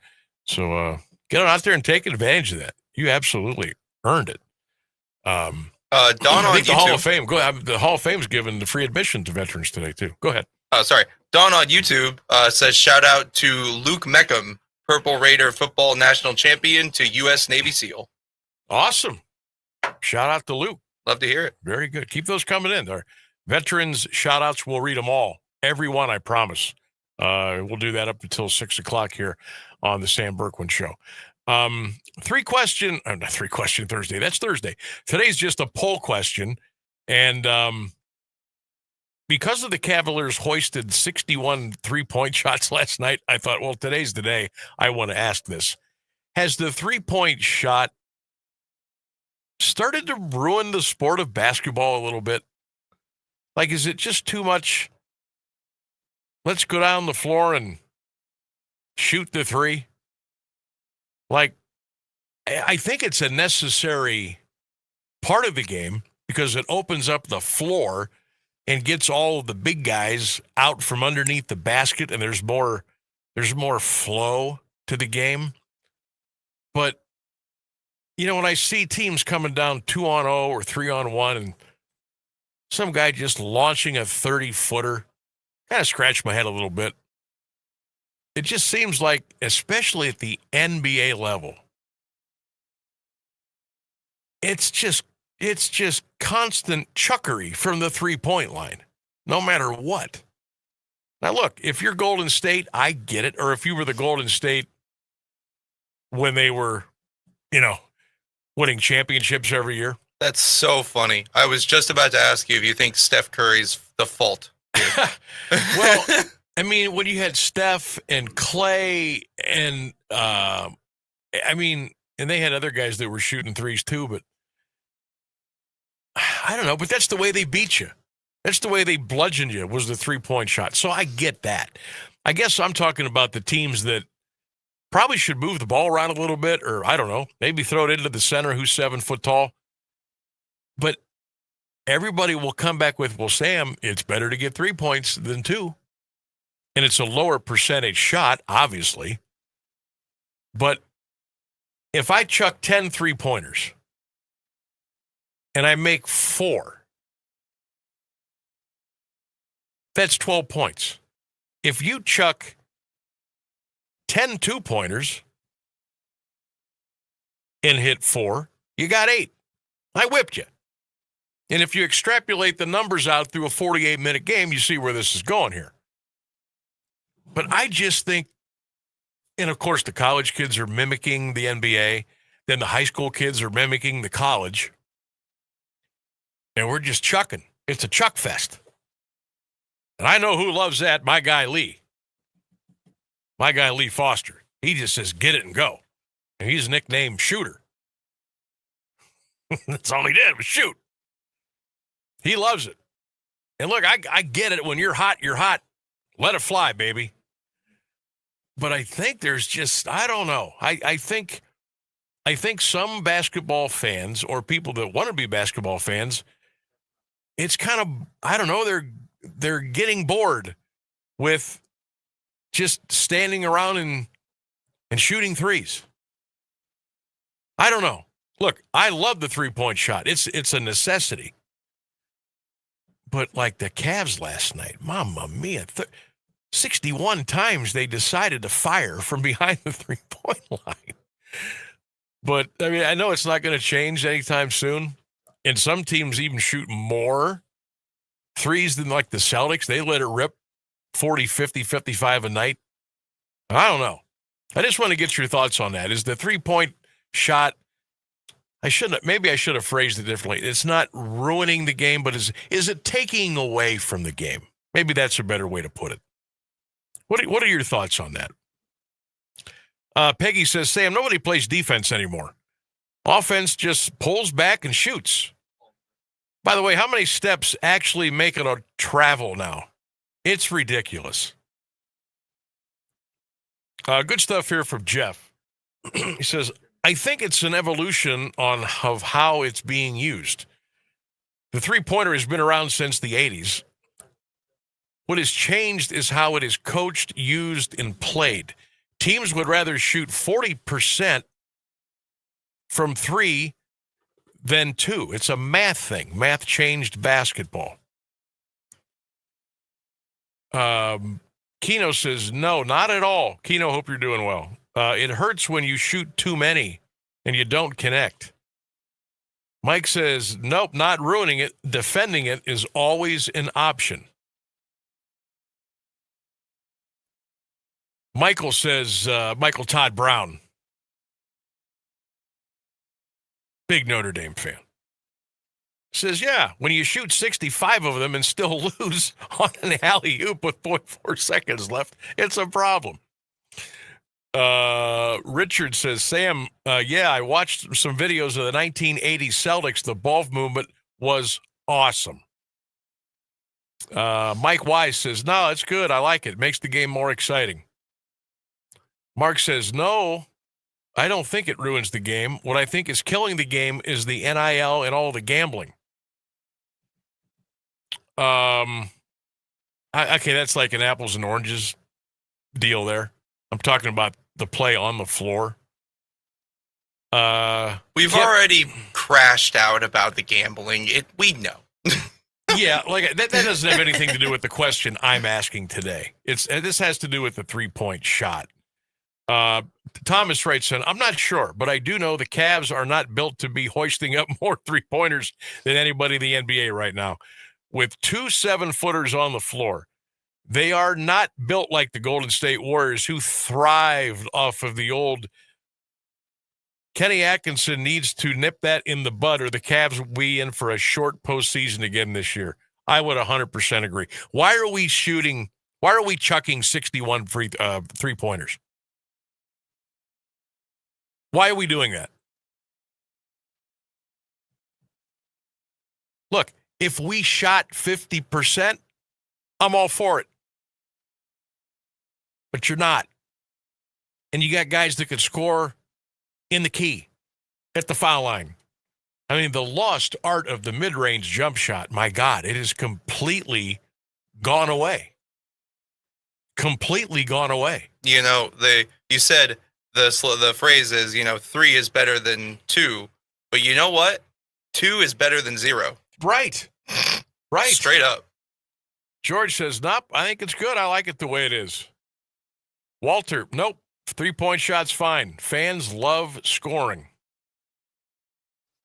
Lloyd says, Sam, if you are older and remember how it was played when there was traveling and double dribble, and then yes. Well, we don't call traveling anymore. We don't call double dribbles anymore. You mean ball movement? There was a highlight I saw on TikTok last night. I think it was Anthony Edwards of the Minnesota Timberwolves. And look, he threw down a monstrous slam dunk. And he kind of did it in rhythm, en route to the basket. And I said, ooh, that was pretty sweet. So, of course, I want to go back and watch it again. And I watched it again and said, wow, that was really incredible. How did he make up so much ground? I went back and I watched it again. Oh, dude took like 7 steps. So, of course, yeah. Our guy Clint checking in. One of our news hawks here on 1310 WDPN. He says, yes, long ago, the computer tells them to shoot it covered or not. It's just the shooting. It's not just the shooting. It's the passing around the perimeter for an entire possession, trying to get one, and ignoring the whole rest on the court. Its supreme influence takes away from the rest of the game.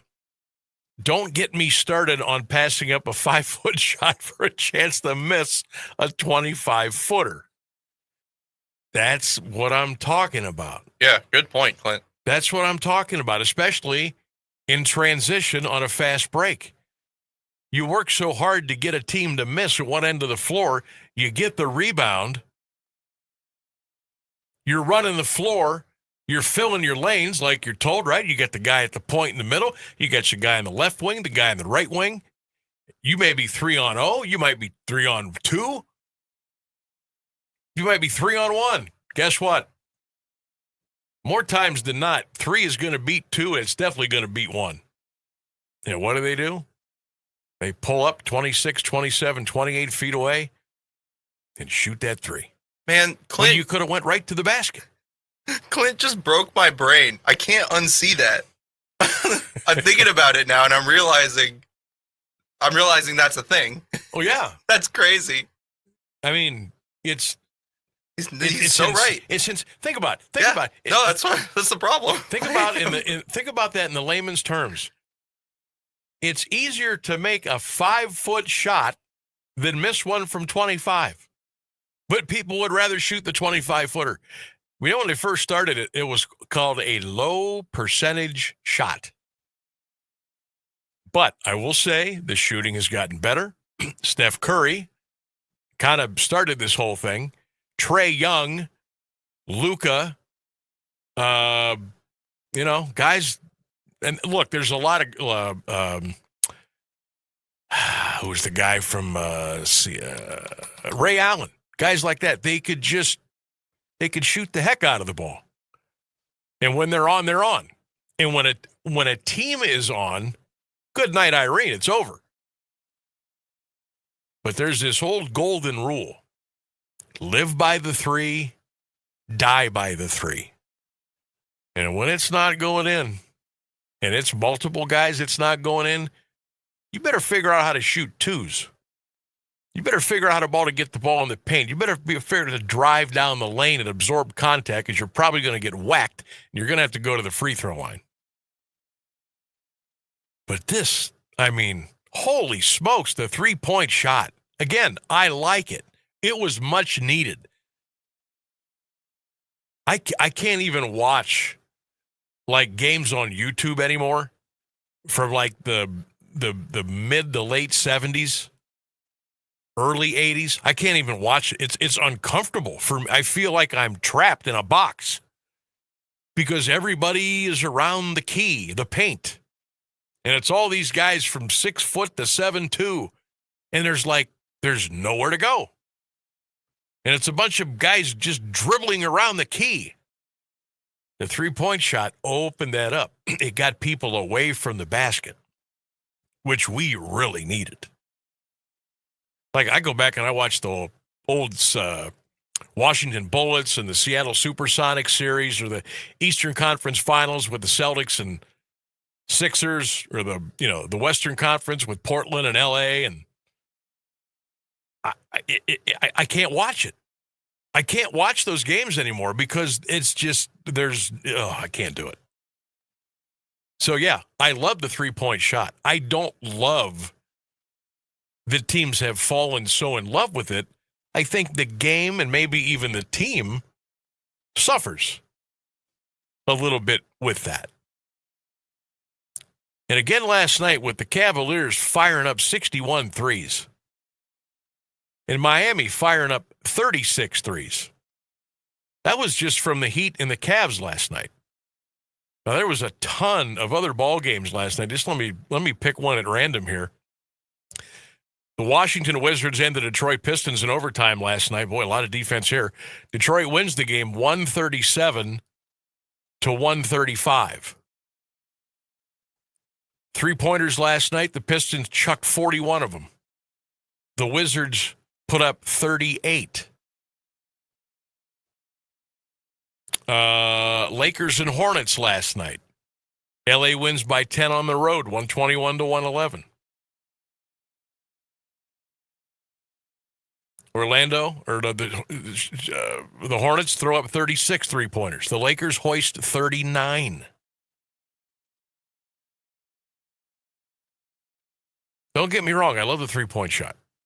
And when guys get hot and they start to cook and they make 2, 3, 4, 5, 6 in a row, then their teammates come down, hit 2, 3, 4 in a row, the building explodes. It's one of the great scenes in the sports. You feel like you just can't be stopped. And sometimes you can't. Sometimes you are so on fire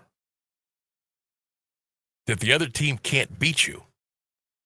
Because you just can't be stopped. Even on the rare occasion during the regular season, somebody in the NBA comes out and plays defense, and you're still bombing away, and they're going in. At that point, you just say, you know what? You got me tonight. We'll come back and we'll fight another day. Now, I will be interested to see Wednesday night when the Cavs and Heat get together again. What does the three-point situation look like? Are the Cavs still going to fire up 60 three-pointers on Wednesday night? Or are they going to try to, just take the two-point shot that's there? Take the two-pointer that's there. 5, 10, 12 feet away. I don't know, try it. Try the mid-range jump shot. I know it's only 2 points. But like we just said, 2 points is better than none. Yeah, if you'd have done a couple of those mid-range 2-pointers instead of 3-pointers, you win that game. See? 2 is better than none. I'm not even a mathematician. I know that 2 is better than none. Look, and who doesn't love it when you got 2 players going down the court, one is got the ball and one's going in towards the basket, and he just pops that quick bullet pass right into a dunk. And it's a beautiful thing. I love assists in basketball as much as I do points. Yes. That's the beauty. That's the beauty of that. Teamwork is exciting. I love a great pass. I love it. No, look, I know fundamental passes. Coaches probably want to kill me right now. I love the no-look pass. I love a behind-the-back pass. Something to just get a little something going. NBA tonight. I'm going to be on the lookout tonight. I might have to fire up the NBA box score machine tonight before I go to bed. I'm going to stay up. Of course, I could always get on BetMGM and, get involved with the games that way. Raptors and Nets tonight. Grizzlies and Knicks at the Garden. Speaking of Golden State, they're going to play the Thunder in OKC tonight. That should be fun. How many three-pointers do you think you're going to shoot in that game? Boston and Philly, the Pacers at the Jazz, and the Denver Nuggets will be in Sacramento. I'm gonna give you an early winner right here. I'm gonna make this we haven't made this an official bit on the show yet, but I think maybe we'll start next week. I'm gonna give you the Sammy B best bet of the night tonight. Take the Boston Celtics. I'm sorry, take the Philadelphia 76ers tonight at home. +1.5. So it's going to be Sammy's BBB. Sammy's best bet. Sammy B's best bet. Yeah. Yeah, and I'll pick one tonight. Could be college hoops, could be NBA, could be rollerball. No, it'll be basketball during this time of the year. But I'll give you one best bet of the day. And I'll give you a wild card best bet that you probably shouldn't bet on. So mark that one down, Rainsburg. This Philadelphia 76ers plus the 1.5 tonight against Boston. Okay. That's what I'm going to go with tonight.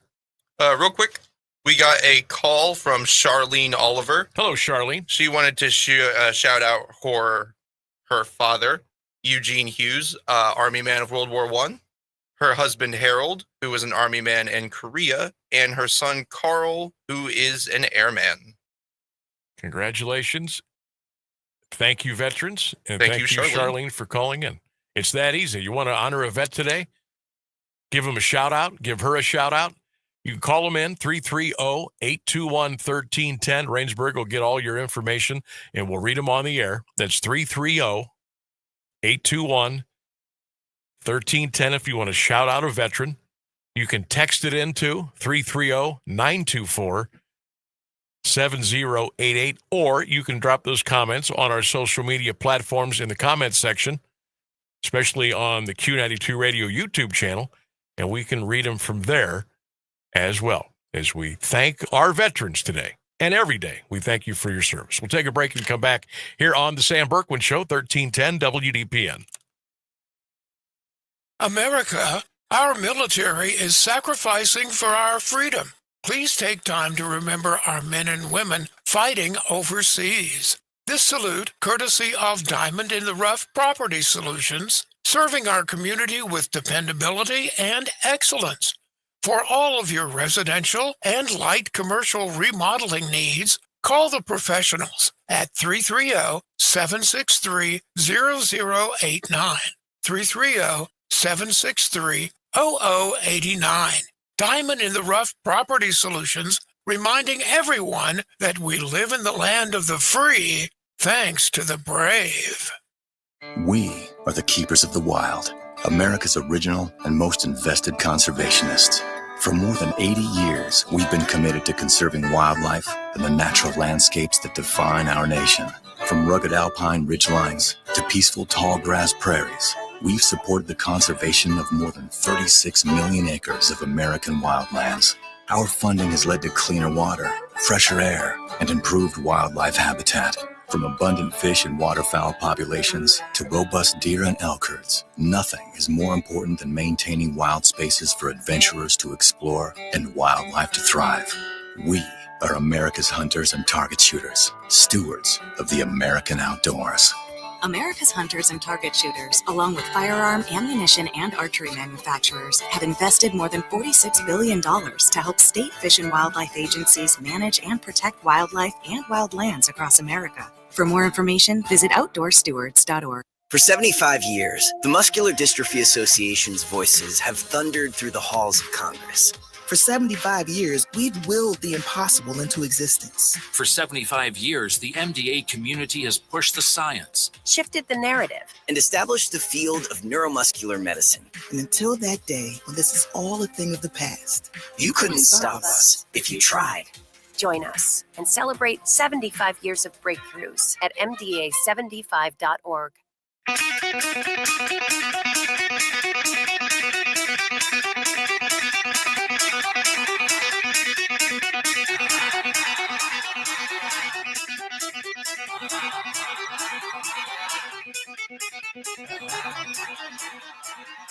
$1310 WDPN. Welcome back to the Sam Bourquin Show. Make sure you check us out on all of our social media platforms, WDPN on Twitter, X, Facebook, the Q92 Radio YouTube channel. Make sure you like, comment, share, follow. And when you're on YouTube, make sure you hit that subscribe button. That'll give you a little alert anytime we pop up with something. And you'll be glad you did, because you won't miss anything here on the show. Speaking of the show, plural, great way to start your day. Rex in the morning, 6 a.m. until 10 a.m. Get you going bright and early. And, of course, John Tesh from 10 until 3 until we walk in here at 3 o'clock with the Sam Bourquin Show. All here Monday through Friday, bright and early, beginning at 6 a.m. And we'll get you covered until 6 p.m.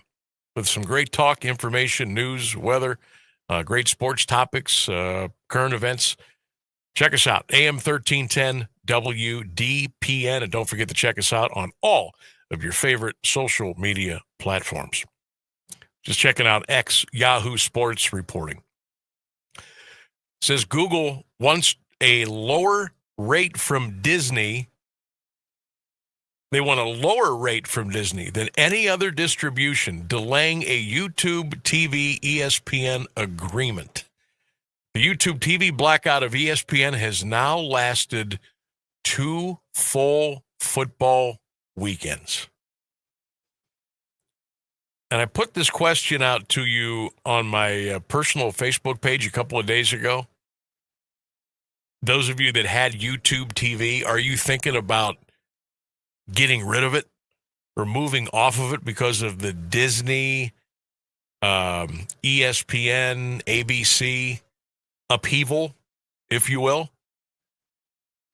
Can you believe this has gone on for over 2 weekends, 2 huge sports weekends, and people that are forking over this money for YouTube TV, and you can't get any of the ESPN channels or ABC or the Disney programming? So Disney and Google are fighting right now. About, wait, let me guess, money. Oh my God. This isn't going to be good for anybody who has anything. Oh man, that's bad. That's really bad. I mean, what is going on? What is the sticking? Is it all about money? The whole thing? Yeah, I think so. It's just greed.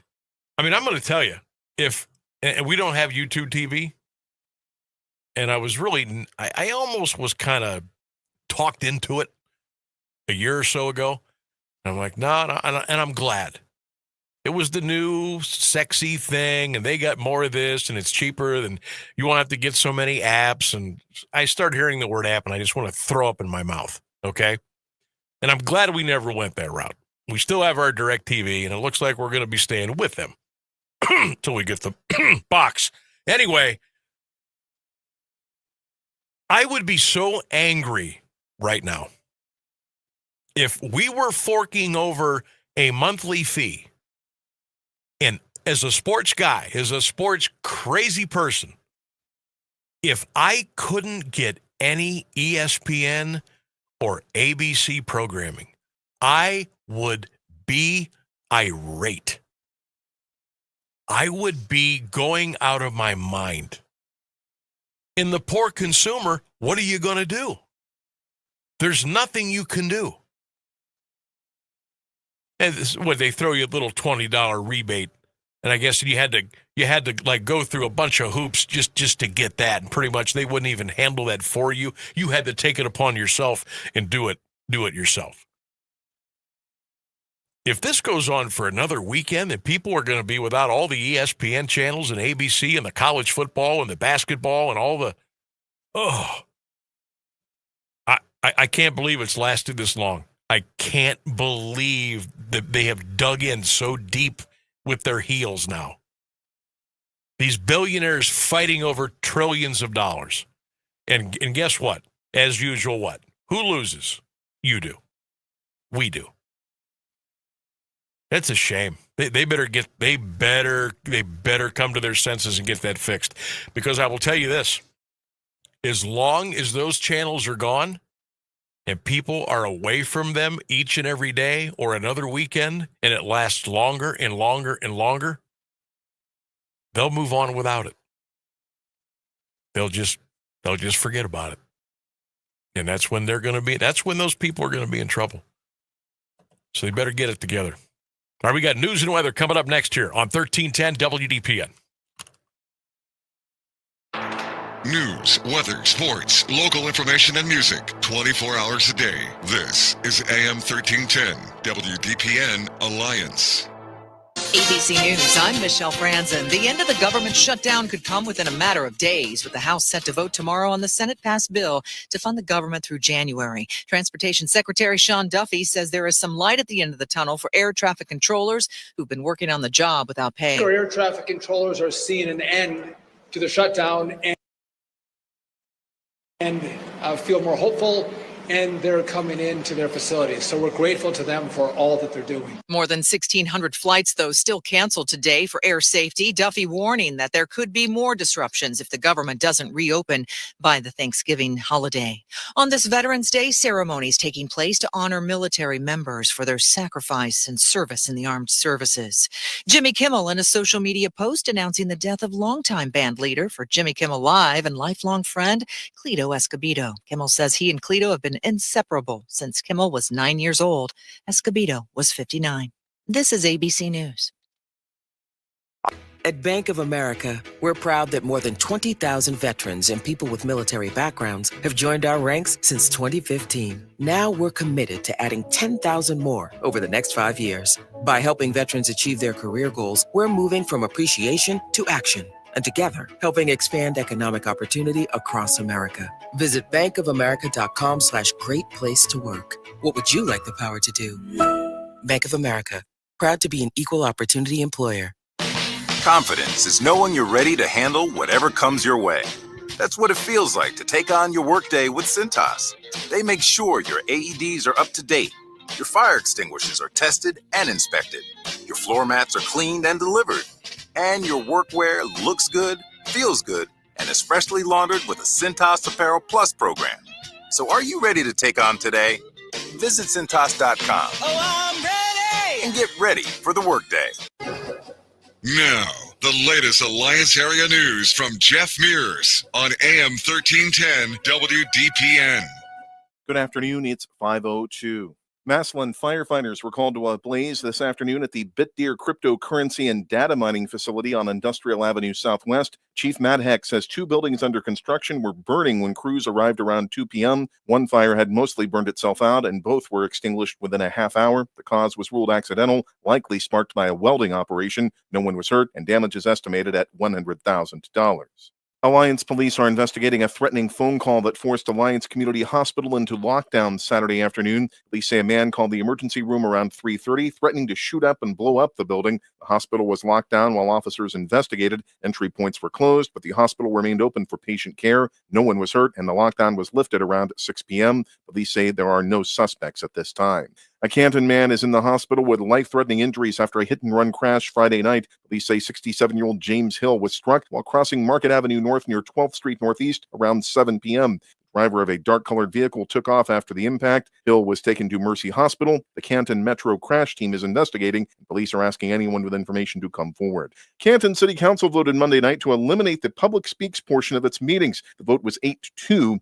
According to the repository, council members cited recent outbursts and several cited threatening comments and doxing and blackmail threats online. Majority Leader John Mariel said the FBI is investigating online threats to leak social security numbers of members and other city employees. A spokesman for Ohio Attorney General Dave Yost's office says the Ohio Sunshine Law does not require a public body to give the public an opportunity to comment. Residents in Plain Township are speaking out against a proposed 120-home development near the former Sanctuary Golf Club. Repository reports the project, called Ivy Reserves, would cover 59 acres near Elmhurst Avenue and Ivy Street. Developers are asking for a zone change from single-family to planned unit development to allow the project to move forward. Neighbors say the plan is too dense and could lead to more traffic and safety concerns. A public hearing on the rezoning is set for tomorrow at 6 at Plain Township Fire Station number 1.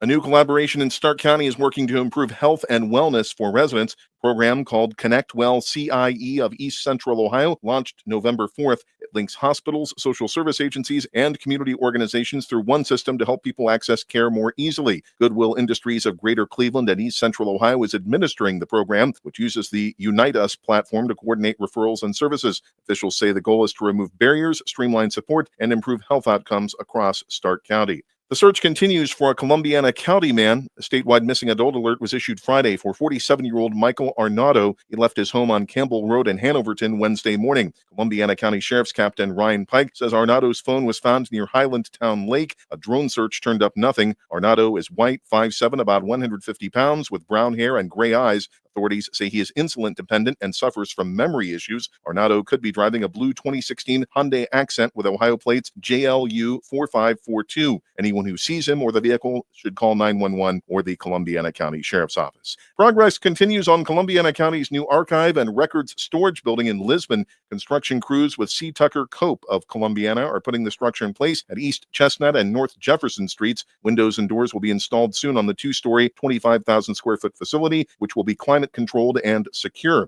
The $6.9 million project is fully funded by the county and is set to be completed by mid-April. A special prosecutor will handle the domestic violence case involving Sebring police officer Dylan Vesey. Village Council voted Monday to request Assistant Alliance City Prosecutor Eric Fink to take over the case. Vesey was arrested October 31st and arraigned in Mahoning County Court in Sebring Thursday. The case has been moved to County Court in Boardman, with a preliminary hearing set for November 25th. In other action, Council approved a 2-year dispatching contract with Smith Township, heard first readings for dispatch agreements with the Homeworth and North Georgetown fire departments, and passed new fencing regulations for homes, businesses, and swimming pools.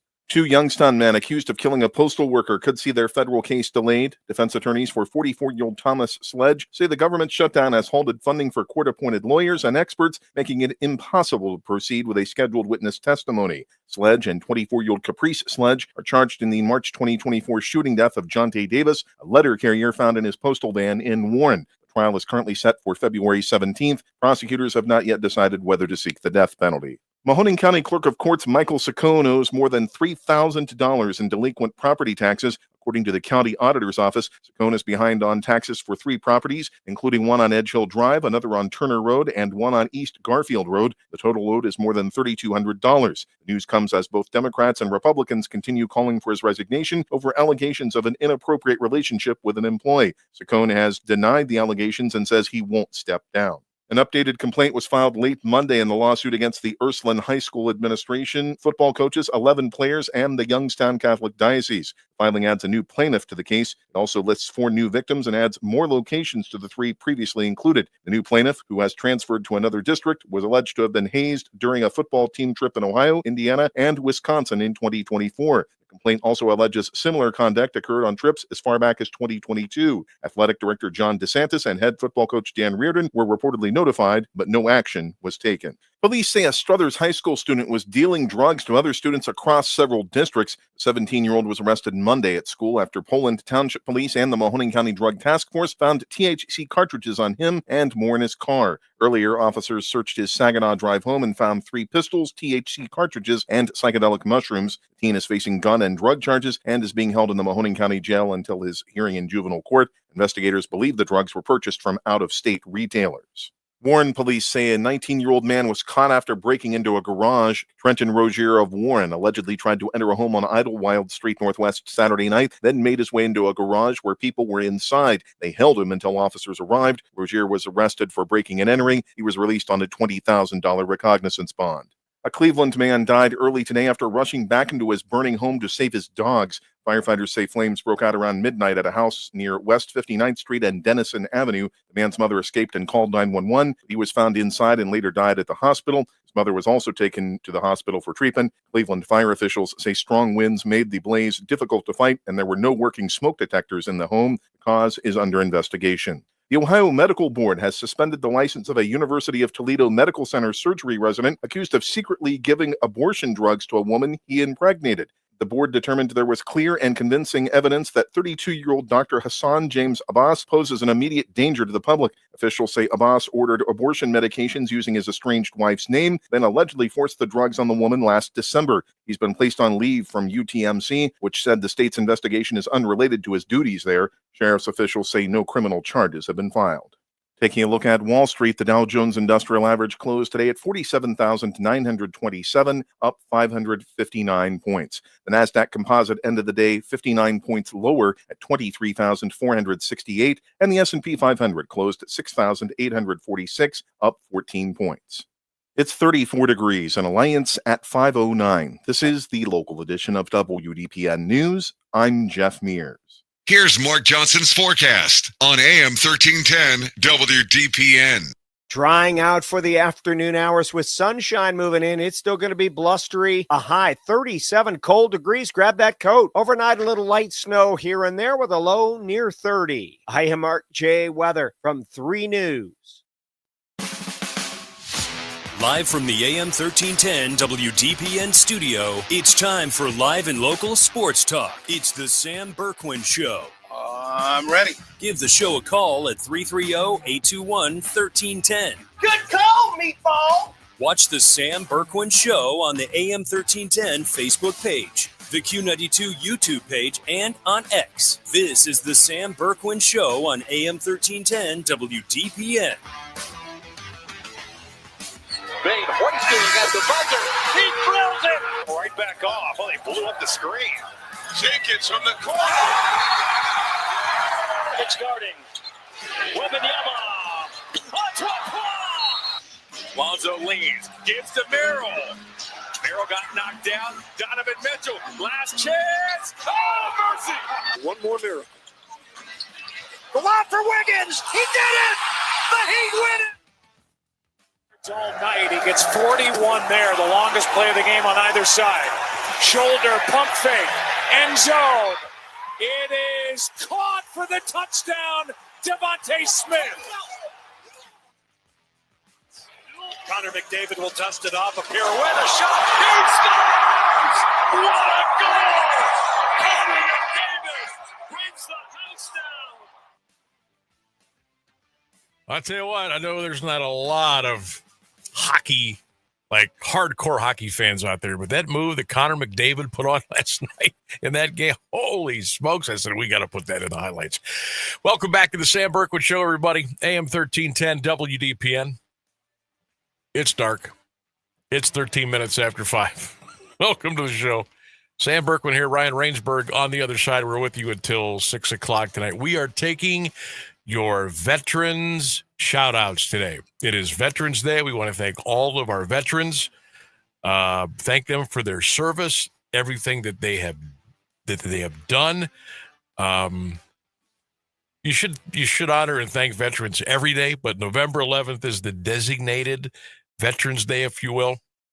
So we're taking your veterans shout-outs today. We want to read those on the air.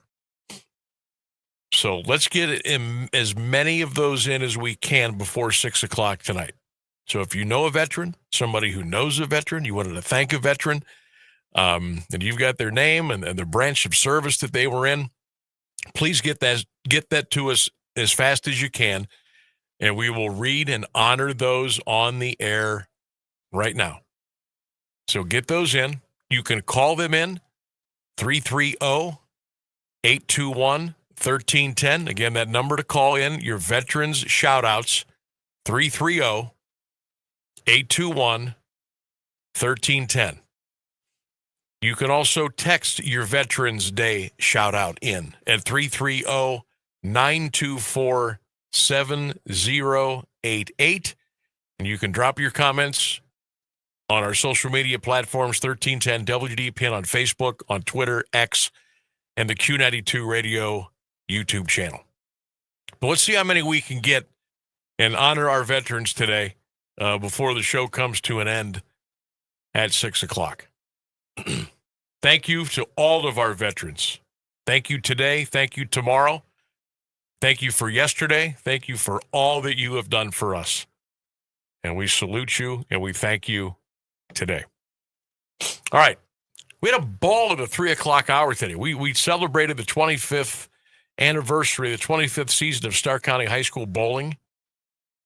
And I want to thank J.C. Heighway for coming on today, Wiley Currents from McKinley, Joe Altamore III from Perry. I want to thank Caden for the McKinley bowling team, and Ari and Alex from the Perry High School bowling team. You guys were great today.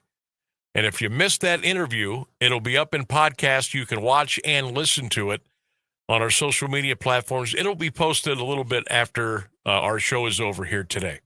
So you want to get on X and Facebook, YouTube, you want to check that out, it'll be up. It was really cool. We enjoyed doing that, and just kind of spreading the little word about bowling a little bit, its popularity. I know it's growing in the high school ranks, and we wish everybody the best of luck. But I want to thank JC for coming on. Thanks to Lauren from Q92 for kind of helping facilitate that a little bit. And we had a great time with that. If you missed it, it'll be up in podcast after the show is over. Also, we've got our high school football schedule ready to go for this weekend. If you can't make it to any of the games, and if you're going to any of the games, you're going to have a little bit of a trip ahead of you. If you can't make it, that's what we're here for. We'll put you right on the 50-yard line. All right? Here on 1310 WDPN, we will have West Branch at Lake County Perry, up there on good old Lake Erie. I'll be doing my show live from Lake County Friday afternoon, beginning at 3, right here on 1310 WDPN and all the social media platforms. And then Caleb will be joining me for the postgame. Now, just a reminder, the postgame now is going to be at 6:45. Get fewer teams in, so we get fewer things we have to get in. Pregame will be at 6:45, and then we'll kick it off at 7, West Branch and Lake County Perry. Come on, West Branch. Come on, Coach Coop. Come on, Jeremiah. Come on, G-Wagon. Let's go. Let's go up there and get that thing. We will have Massillon at Columbus St. Francis de Sales. We will also have Canton McKinley at Mentor. And we will also have East Canton at Mogador on the Q92 Radio Sports Network. So we got 4 area teams in. We got you covered on all 4 beginning this Friday. I have never been to Lake County Perry High School. I've never been to the stadium. It looks really neat. It looks really neat in some of the photos that I've seen. And it looks really neat in some of the videos that I've seen, because I always watch Friday Night Touchdown on Fox 8. But I usually don't watch it until I record it, and I'll watch it on Saturday at some point, or something like this last weekend. I watched it on Sunday night. It's the first time I had a chance to get to it. And I don't know much about that stadium, but it just looks very unique. So I'm looking forward to heading up there to Lake County on Friday. I'm not looking forward to the hour and 44-minute drive, but I'm looking forward to being there and bringing you the show, and then us broadcasting the game. Has anybody ever been to that stadium before? What's it like? It looks like there's there's stands on both sides. It looks like the rows of seats don't go up very high, but then it looks like there's a like an overhang, kind of like I don't know, maybe a little bit like Mount Union, like the covered stands, but the overhang doesn't go out that far. But I'm kind of interested to see what I'm getting into here. But it looks like a really cool facility, like new, brand new, updated. So that'll be fun. But if anybody's been to a Lake County Perry game before at the stadium, let me know. Text me some info. Give me the ins and outs. It's the first time I've ever been there. So I plan on leaving about 11:30 Friday morning.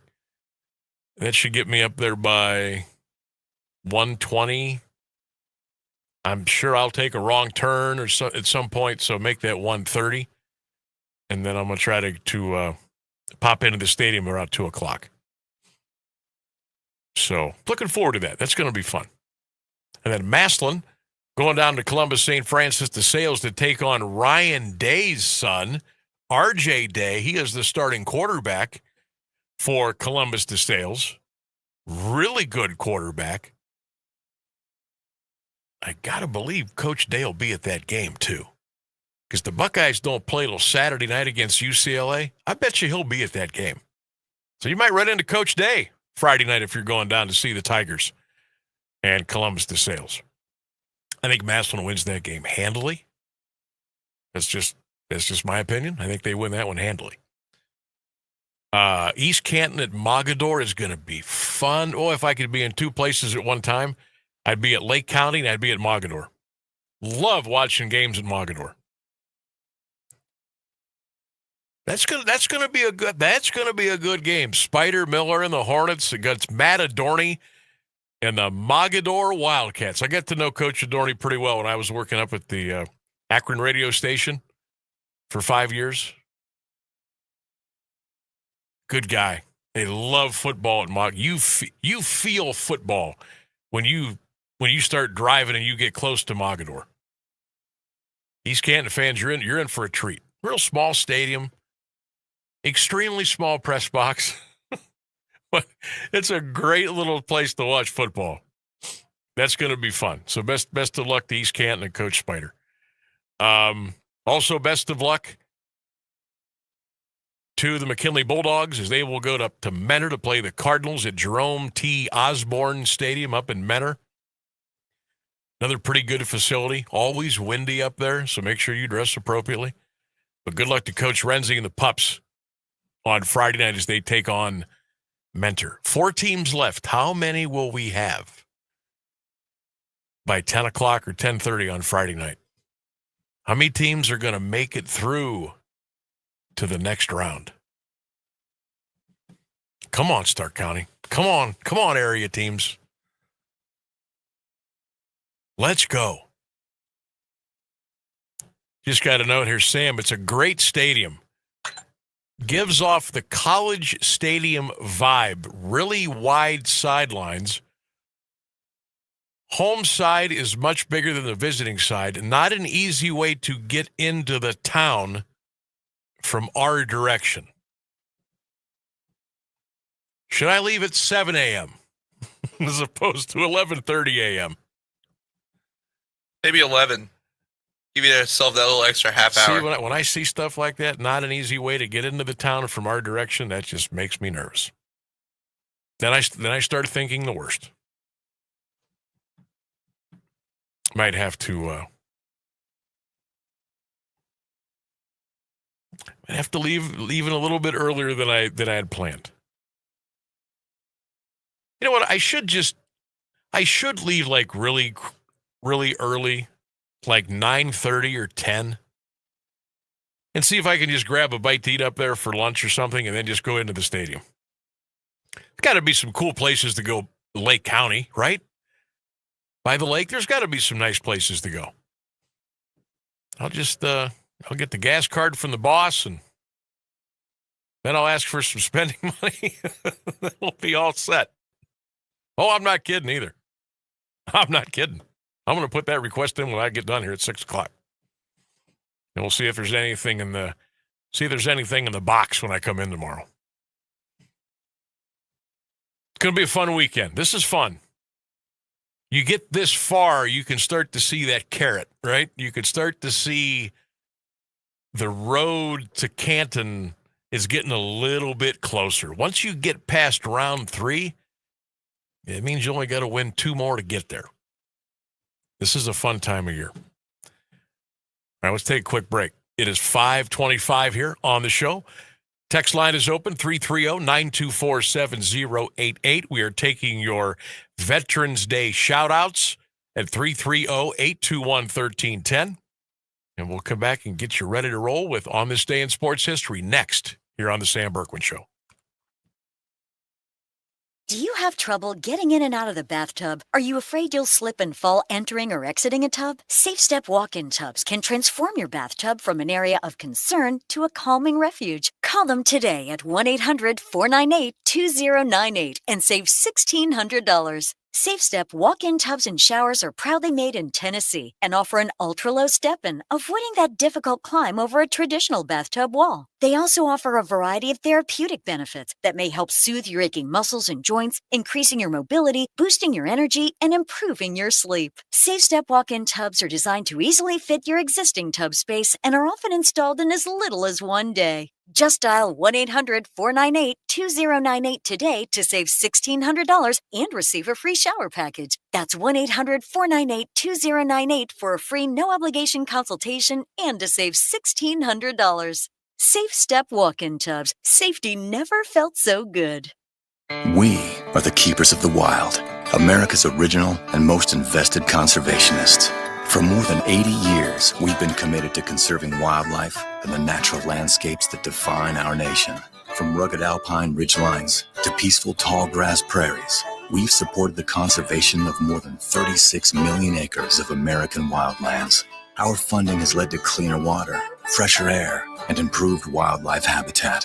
From abundant fish and waterfowl populations to robust deer and elk herds, nothing is more important than maintaining wild spaces for adventurers to explore and wildlife to thrive.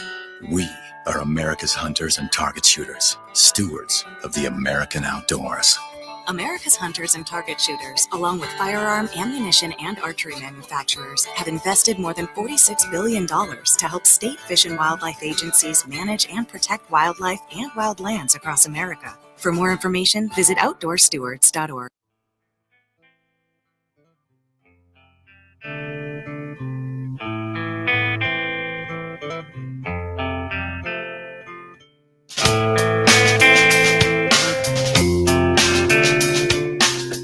About 2.5 minutes away from the bottom of the hour, news weather coming up. We'll take you up until 6 o'clock. We are taking your Veterans Day shout-outs.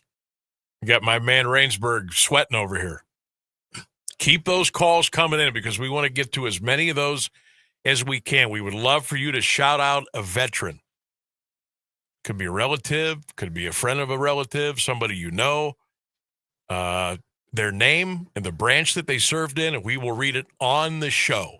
And we'll get as many in as we possibly can before 6 o'clock. So if you've got a veteran's shout-out, you can call it in, get the info to Rainsburg. He'll pass it along. 330-821-1310. That phone number, a lot of you forgot about it, 330-821-1310.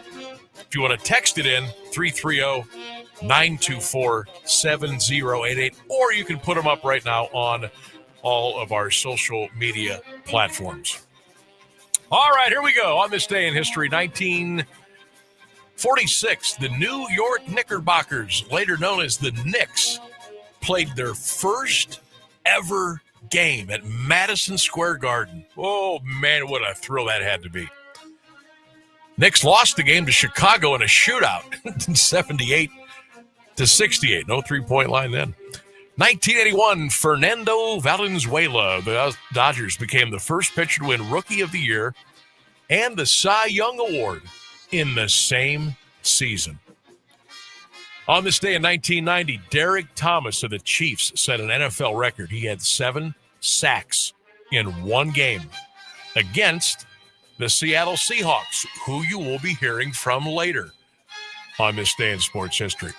On this day in 1997, Roger Clemens of the Blue Jays became the third major leaguer to win the Cy Young Award 4 different times. On this day in 2004, Shaquille O'Neal of the Miami Heat hit 22,000 career points. And on this day in 1979, let me take you back to the old Municipal Stadium. The Cleveland Browns were playing the Seattle Seahawks. And Mike Pruitt took a handoff and took it the distance. The second half. Logan to the right, Rucker in the slot right. Mike Pruitt, big hole. He's on the way.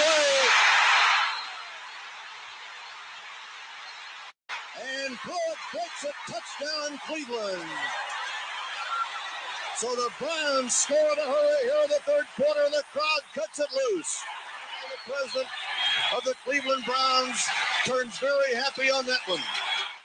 I believe that was Merle Harmon on the play-by-play there. Browns and the Seahawks on this day in 1979. Mike Pruitt takes it to the house. How about that? That is on this day in sports history. We'll break. We'll come back after the news. 1310 WDPN. Here's the latest news on AM 1310 WDPN. Good afternoon. It's 5:30. After refusing to convene the House during the government shutdown, Speaker Mike Johnson is recalling lawmakers back into session. They're set to consider the bill to reopen the federal government tomorrow. The Senate passed the funding measure Monday. More from ABC's Catherine Falders, who says SNAP recipients could see some relief soon. The good news is that SNAP will be funded until September 2026, but they're still in limbo today, of course, as this has moved through the courts. The government isn't funded yet, but the good news is that it will fund SNAP for those 42 million Americans who rely on SNAP funding until September of 2026. Meanwhile, the U.S. Supreme Court is expected to announce today whether the Trump administration must start complying with lower court orders that require full payments in the SNAP food program. The southeastern United States has plunged into record low temperatures, affecting 18 million people under a freeze warning across Alabama, Florida, and Georgia. Cold spell moved from the northern plains and brought an abrupt transition to wintry temperatures. Some daily records were broken, including a low of 28 degrees in Jacksonville, Florida. In that state, temperatures led to a falling iguana advisory as the iguanas froze into survival mode and fell from trees. Meanwhile, parts of the Great Lakes and Northeast experienced significant snowfall, causing hazardous driving conditions. Forecasters expect temperatures to rise by the end of the week. President Trump spoke today at Arlington National Cemetery in honor of Veterans Day and thanked veterans for their service. ABC News White House correspondent Karen Travers has more. This was the president thanking service members who are currently serving in the U.S. military for what they do, the sacrifices they make, that their families make, so they can go around the world and protect America. He also honored the 1 million Americans who died while serving their country. The president said America stands tall because veterans stood strong. And he said that American warriors never quit. By Heart, which makes organic infant formula, has recalled all of its products sold through the U.S. amid a growing outbreak of infant botulism. A California health official says the outbreak, which started in August, has now sickened at least 15 infants in 12 states. No deaths have been reported. By Heart officials say parents and caregivers who have the formula in their homes should stop using it immediately and dispose of the product. The most recent cases were confirmed earlier this month. It's 33 degrees in Alliance at 5:32. This is WDPN News. I'm Jeff Mears. Meteorologist Mark Johnson has the latest forecast on AM 1310 WDPN. All right, drying out for the afternoon hours. It's going to stay cold and windy with some sunshine. Our high 37 degrees. Overnight, a little light snow before midnight. A colder low near 30 degrees. I am Mark J. Weather from 3 News.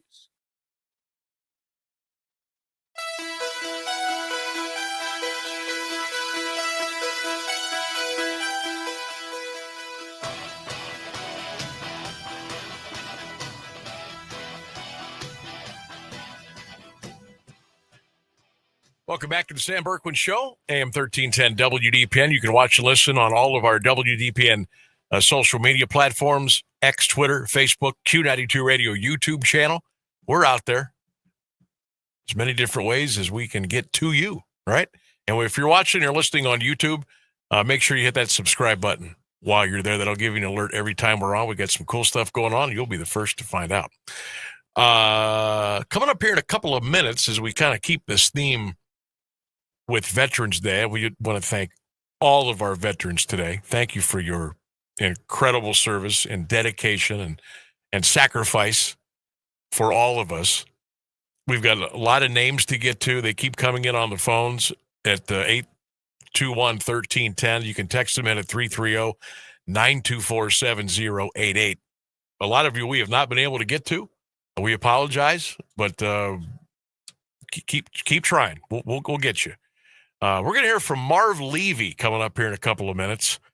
Hall of Famer. He actually recorded like an announcement for the Pro Football Hall of Fame for Veterans Day, and it's about 59 seconds, a minute or so. We're going to play that for you coming up here in just a couple of minutes. I thought it was really cool. I think Marv's like, is he 100 years old? I have to look that up. But he's still as sharp as a tack. He really is.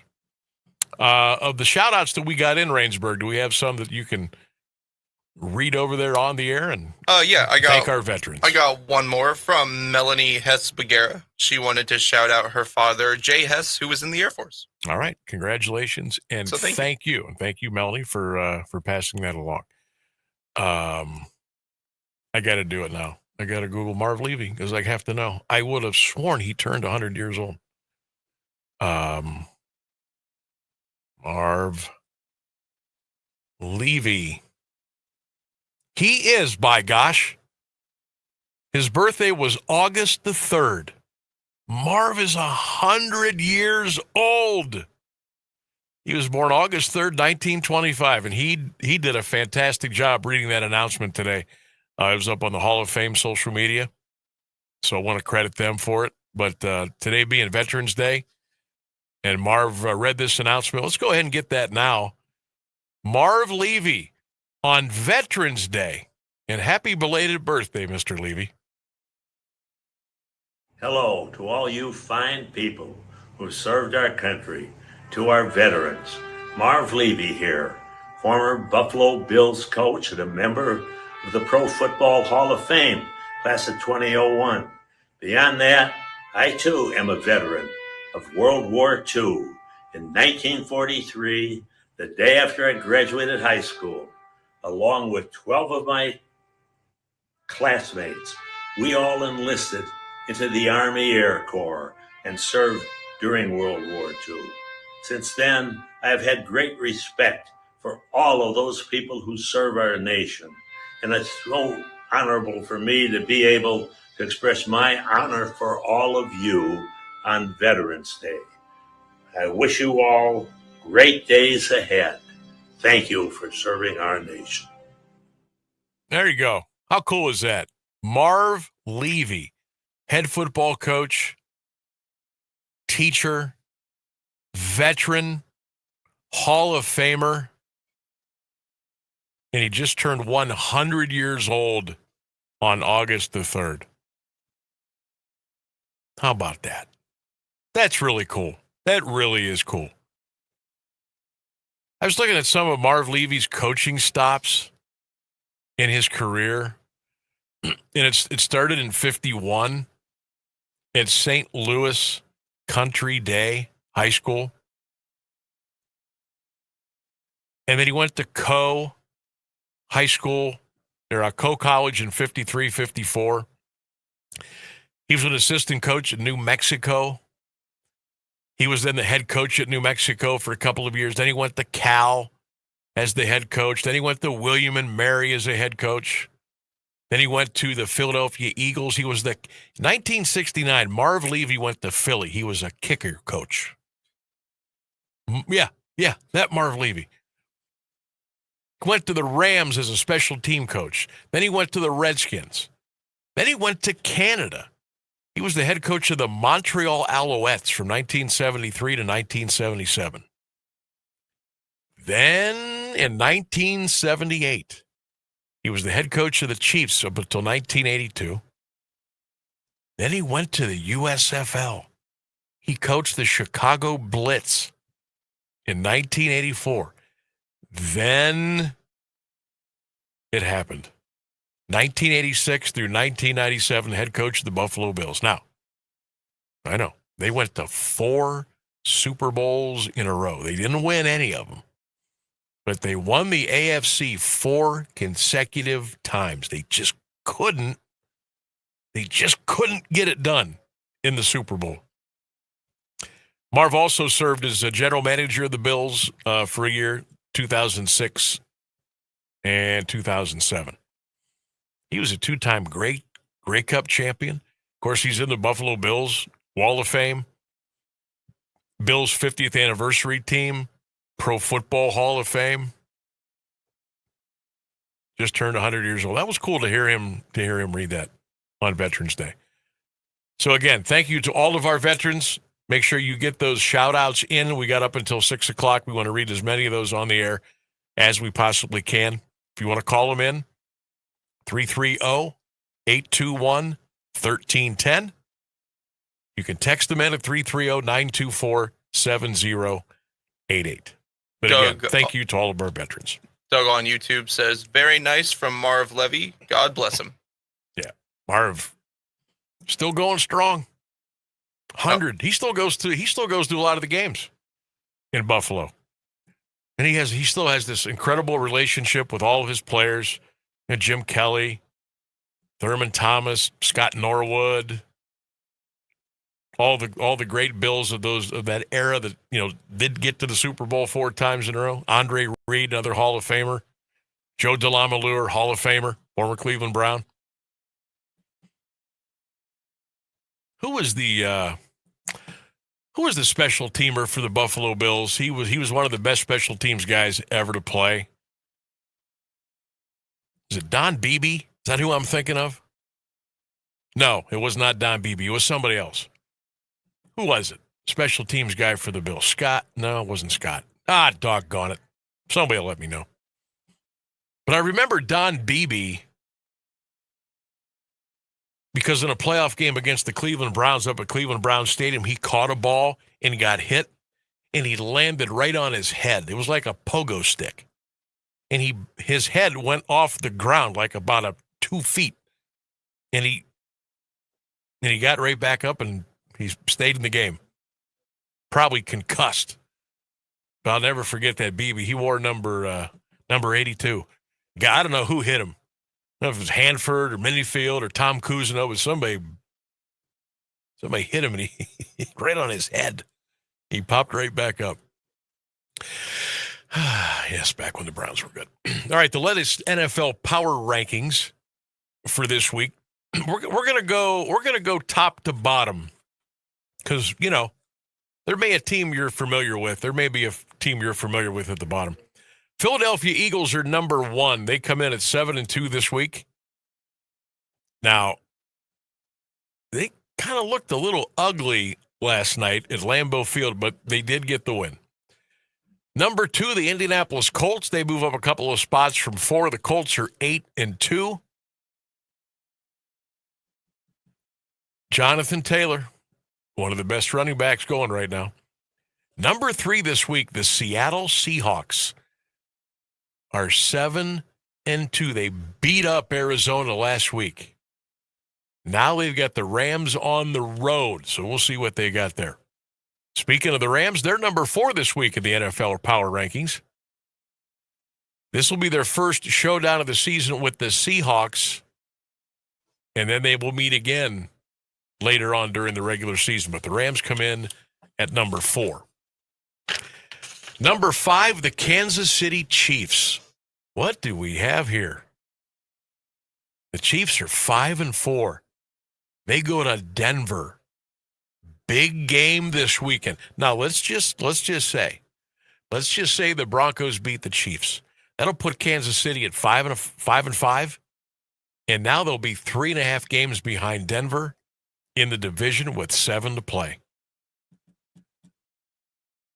Are the Kansas City Chiefs going to get knocked off their high horse?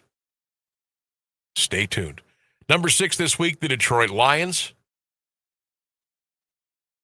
The Denver Broncos are number 7 this week. And the New England Patriots are number 8 at 8-2. Now, they have played the easiest schedule in the NFL. Patriots have the second easiest remaining schedule. So they may win 12, 13 games this year. But New England right now is 8-2. They are number 8 in the power rankings. But again, number 1, Philly, Colts 2, Seahawks 3rd, Rams are 4th. Now, let's get to the bottom here, huh? Number 29 this week, the Cleveland Browns with a record of 2-7. Number 30 this week, the New Orleans Saints at 2-8. How did they beat the Carolina Panthers last Sunday? Someone explain that to me. The Las Vegas Raiders come in at number 31. Since week 1, the Silver and Black are 1-7, and their only win was against Tennessee. Pete Carroll not getting it done with the Raiders. And last but not least, the Tennessee Titans with a record of 1-8. Their best chance to win a game might be December 28th when they host the Saints. Oh, maybe they pull off an upset and beat the Browns in Cleveland. But at this point, pretty hard to believe they won't be picking number 1 in the 2026 NFL Draft. But the Browns are number 29 this week in the NFL Power Rankings.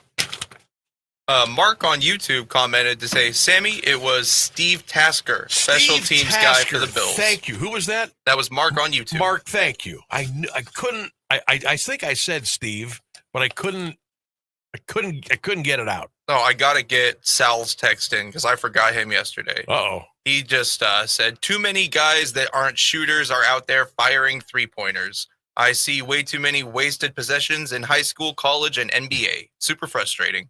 Agree. Sal, I'm sorry I missed you yesterday. 100% agree. Too many guys chucking. And finally, Diana Galling called in to commend her 3 sons, Daryl, Richard, and Tom. Okay. Daryl is National Guard, Richard is an airman, and Tom is also National Guard, I believe. Very good. So thank you, Diane. She spoke kind of fast. Very good. Galling, that is that's a Louisville name. That's a Louisville name. Thank you for calling in. Again, if you got some Veterans Day shout-outs, we'd love to get those on the air for you. You get about another 10, 11 minutes before we wrap up the show. I want to thank Garth for giving me the heads up on the Lake County Perry Stadium situation. That's where I'll be headed Friday as West Branch takes on Lake County Perry, a game you can hear right here on AM 1310 WDPN. Got to figure out the big plan here. I mean, it's crazy because you could use Google Maps and probably still, get a little bit lost because sometimes Google's dumb. Oh yeah. God forbid. Here's a question. You might be able to help me out here. What's the best app to use for directions? I've always just used Google Maps. I don't know if there's anything better. I use Waze. I've never even heard of that. WAZE. Because I used to use Google Maps, and I don't know. I just found Waze to be easier. Interesting. Anybody have any other that are good driving apps for directions and stuff like that? I mean, because I only know of Google Maps, and I only know of Waze. WAZ. I don't know of any other ones. I didn't know there was another one besides Google Maps. Is anybody else out there besides Sam using something other than Google Maps? Yeah, I use Waze all the time. That's crazy. Because you know me, I got to use Waze to get to work. Because I'll get off at the wrong exit, You remember the MapQuest days where you had to print the directions out? Oh, God. Oh, yeah. Hey. Different time. I remember, I hate to date myself. I really do. Because I am young in heart and I feel good. I remember getting the fold-out map out of the glove compartment box and trying to follow a map. Are you freaking kidding me? Follow a map? Yeah, just open up the map while you're driving and just follow the markings. A map. Are you kidding me right now? A map. It sounds actually like a fun little exercise to me to try to get from A to B with a real map. I think my generation missed out on that. I could never do that now. I think it'd be fun. Honestly, we had the part of our 3-question Thursday last week was name a feature on your car that you couldn't live without. I'm starting to have second thoughts about, the heated steering wheel and the heated seats and automatic start. I would be able to get nowhere if I didn't have some sort of app to help me with directions. Yeah, it really is like that's the phone truth numbers. We just don't remember how to get places anymore because our phone tells us how to get there. And the sad part for me is obviously it's like a place like Lake County Perry, which I've never been. Obviously, I need directions to it. Or longer travels, but, destinations maybe that I've been to before and you kind of sort of remember a little bit. But it's the places I go all the time. I just put it in the GPS just to make sure. Just to make sure when I'm supposed to go left that I don't go right. Oh, I couldn't do that. Or when I need to take the third exit off the roundabouts, I need my GPS. How many times have I done it since I started working here full time?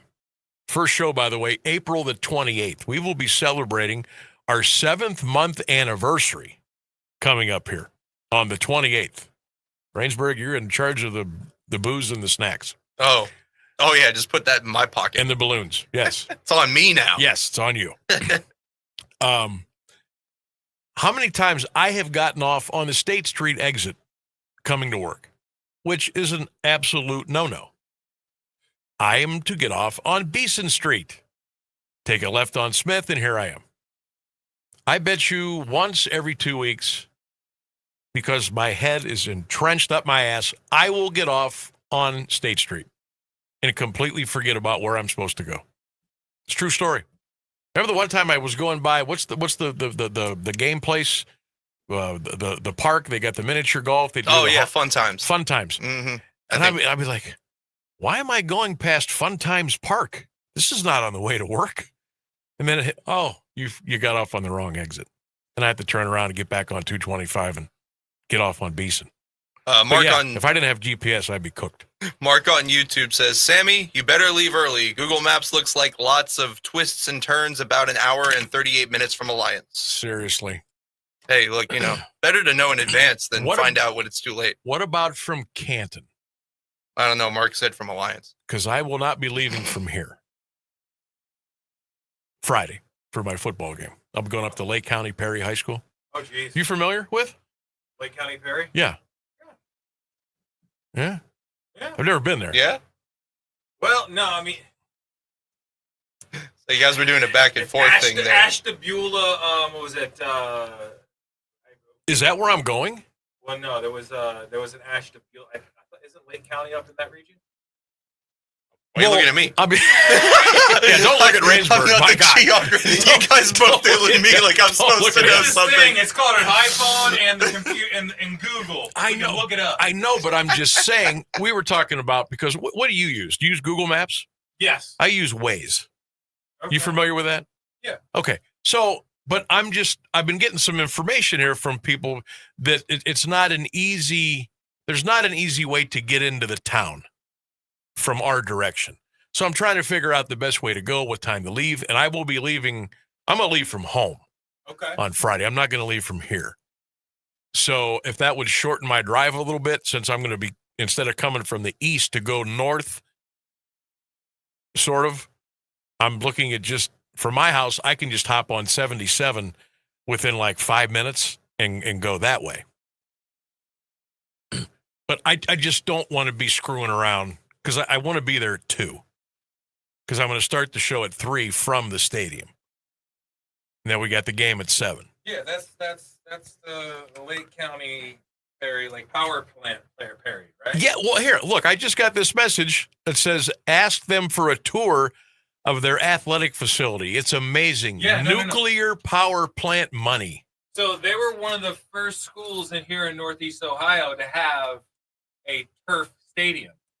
Yes, correct. One of my very, very close fraternity brothers, Sigmanu, what's up? Sigmanu.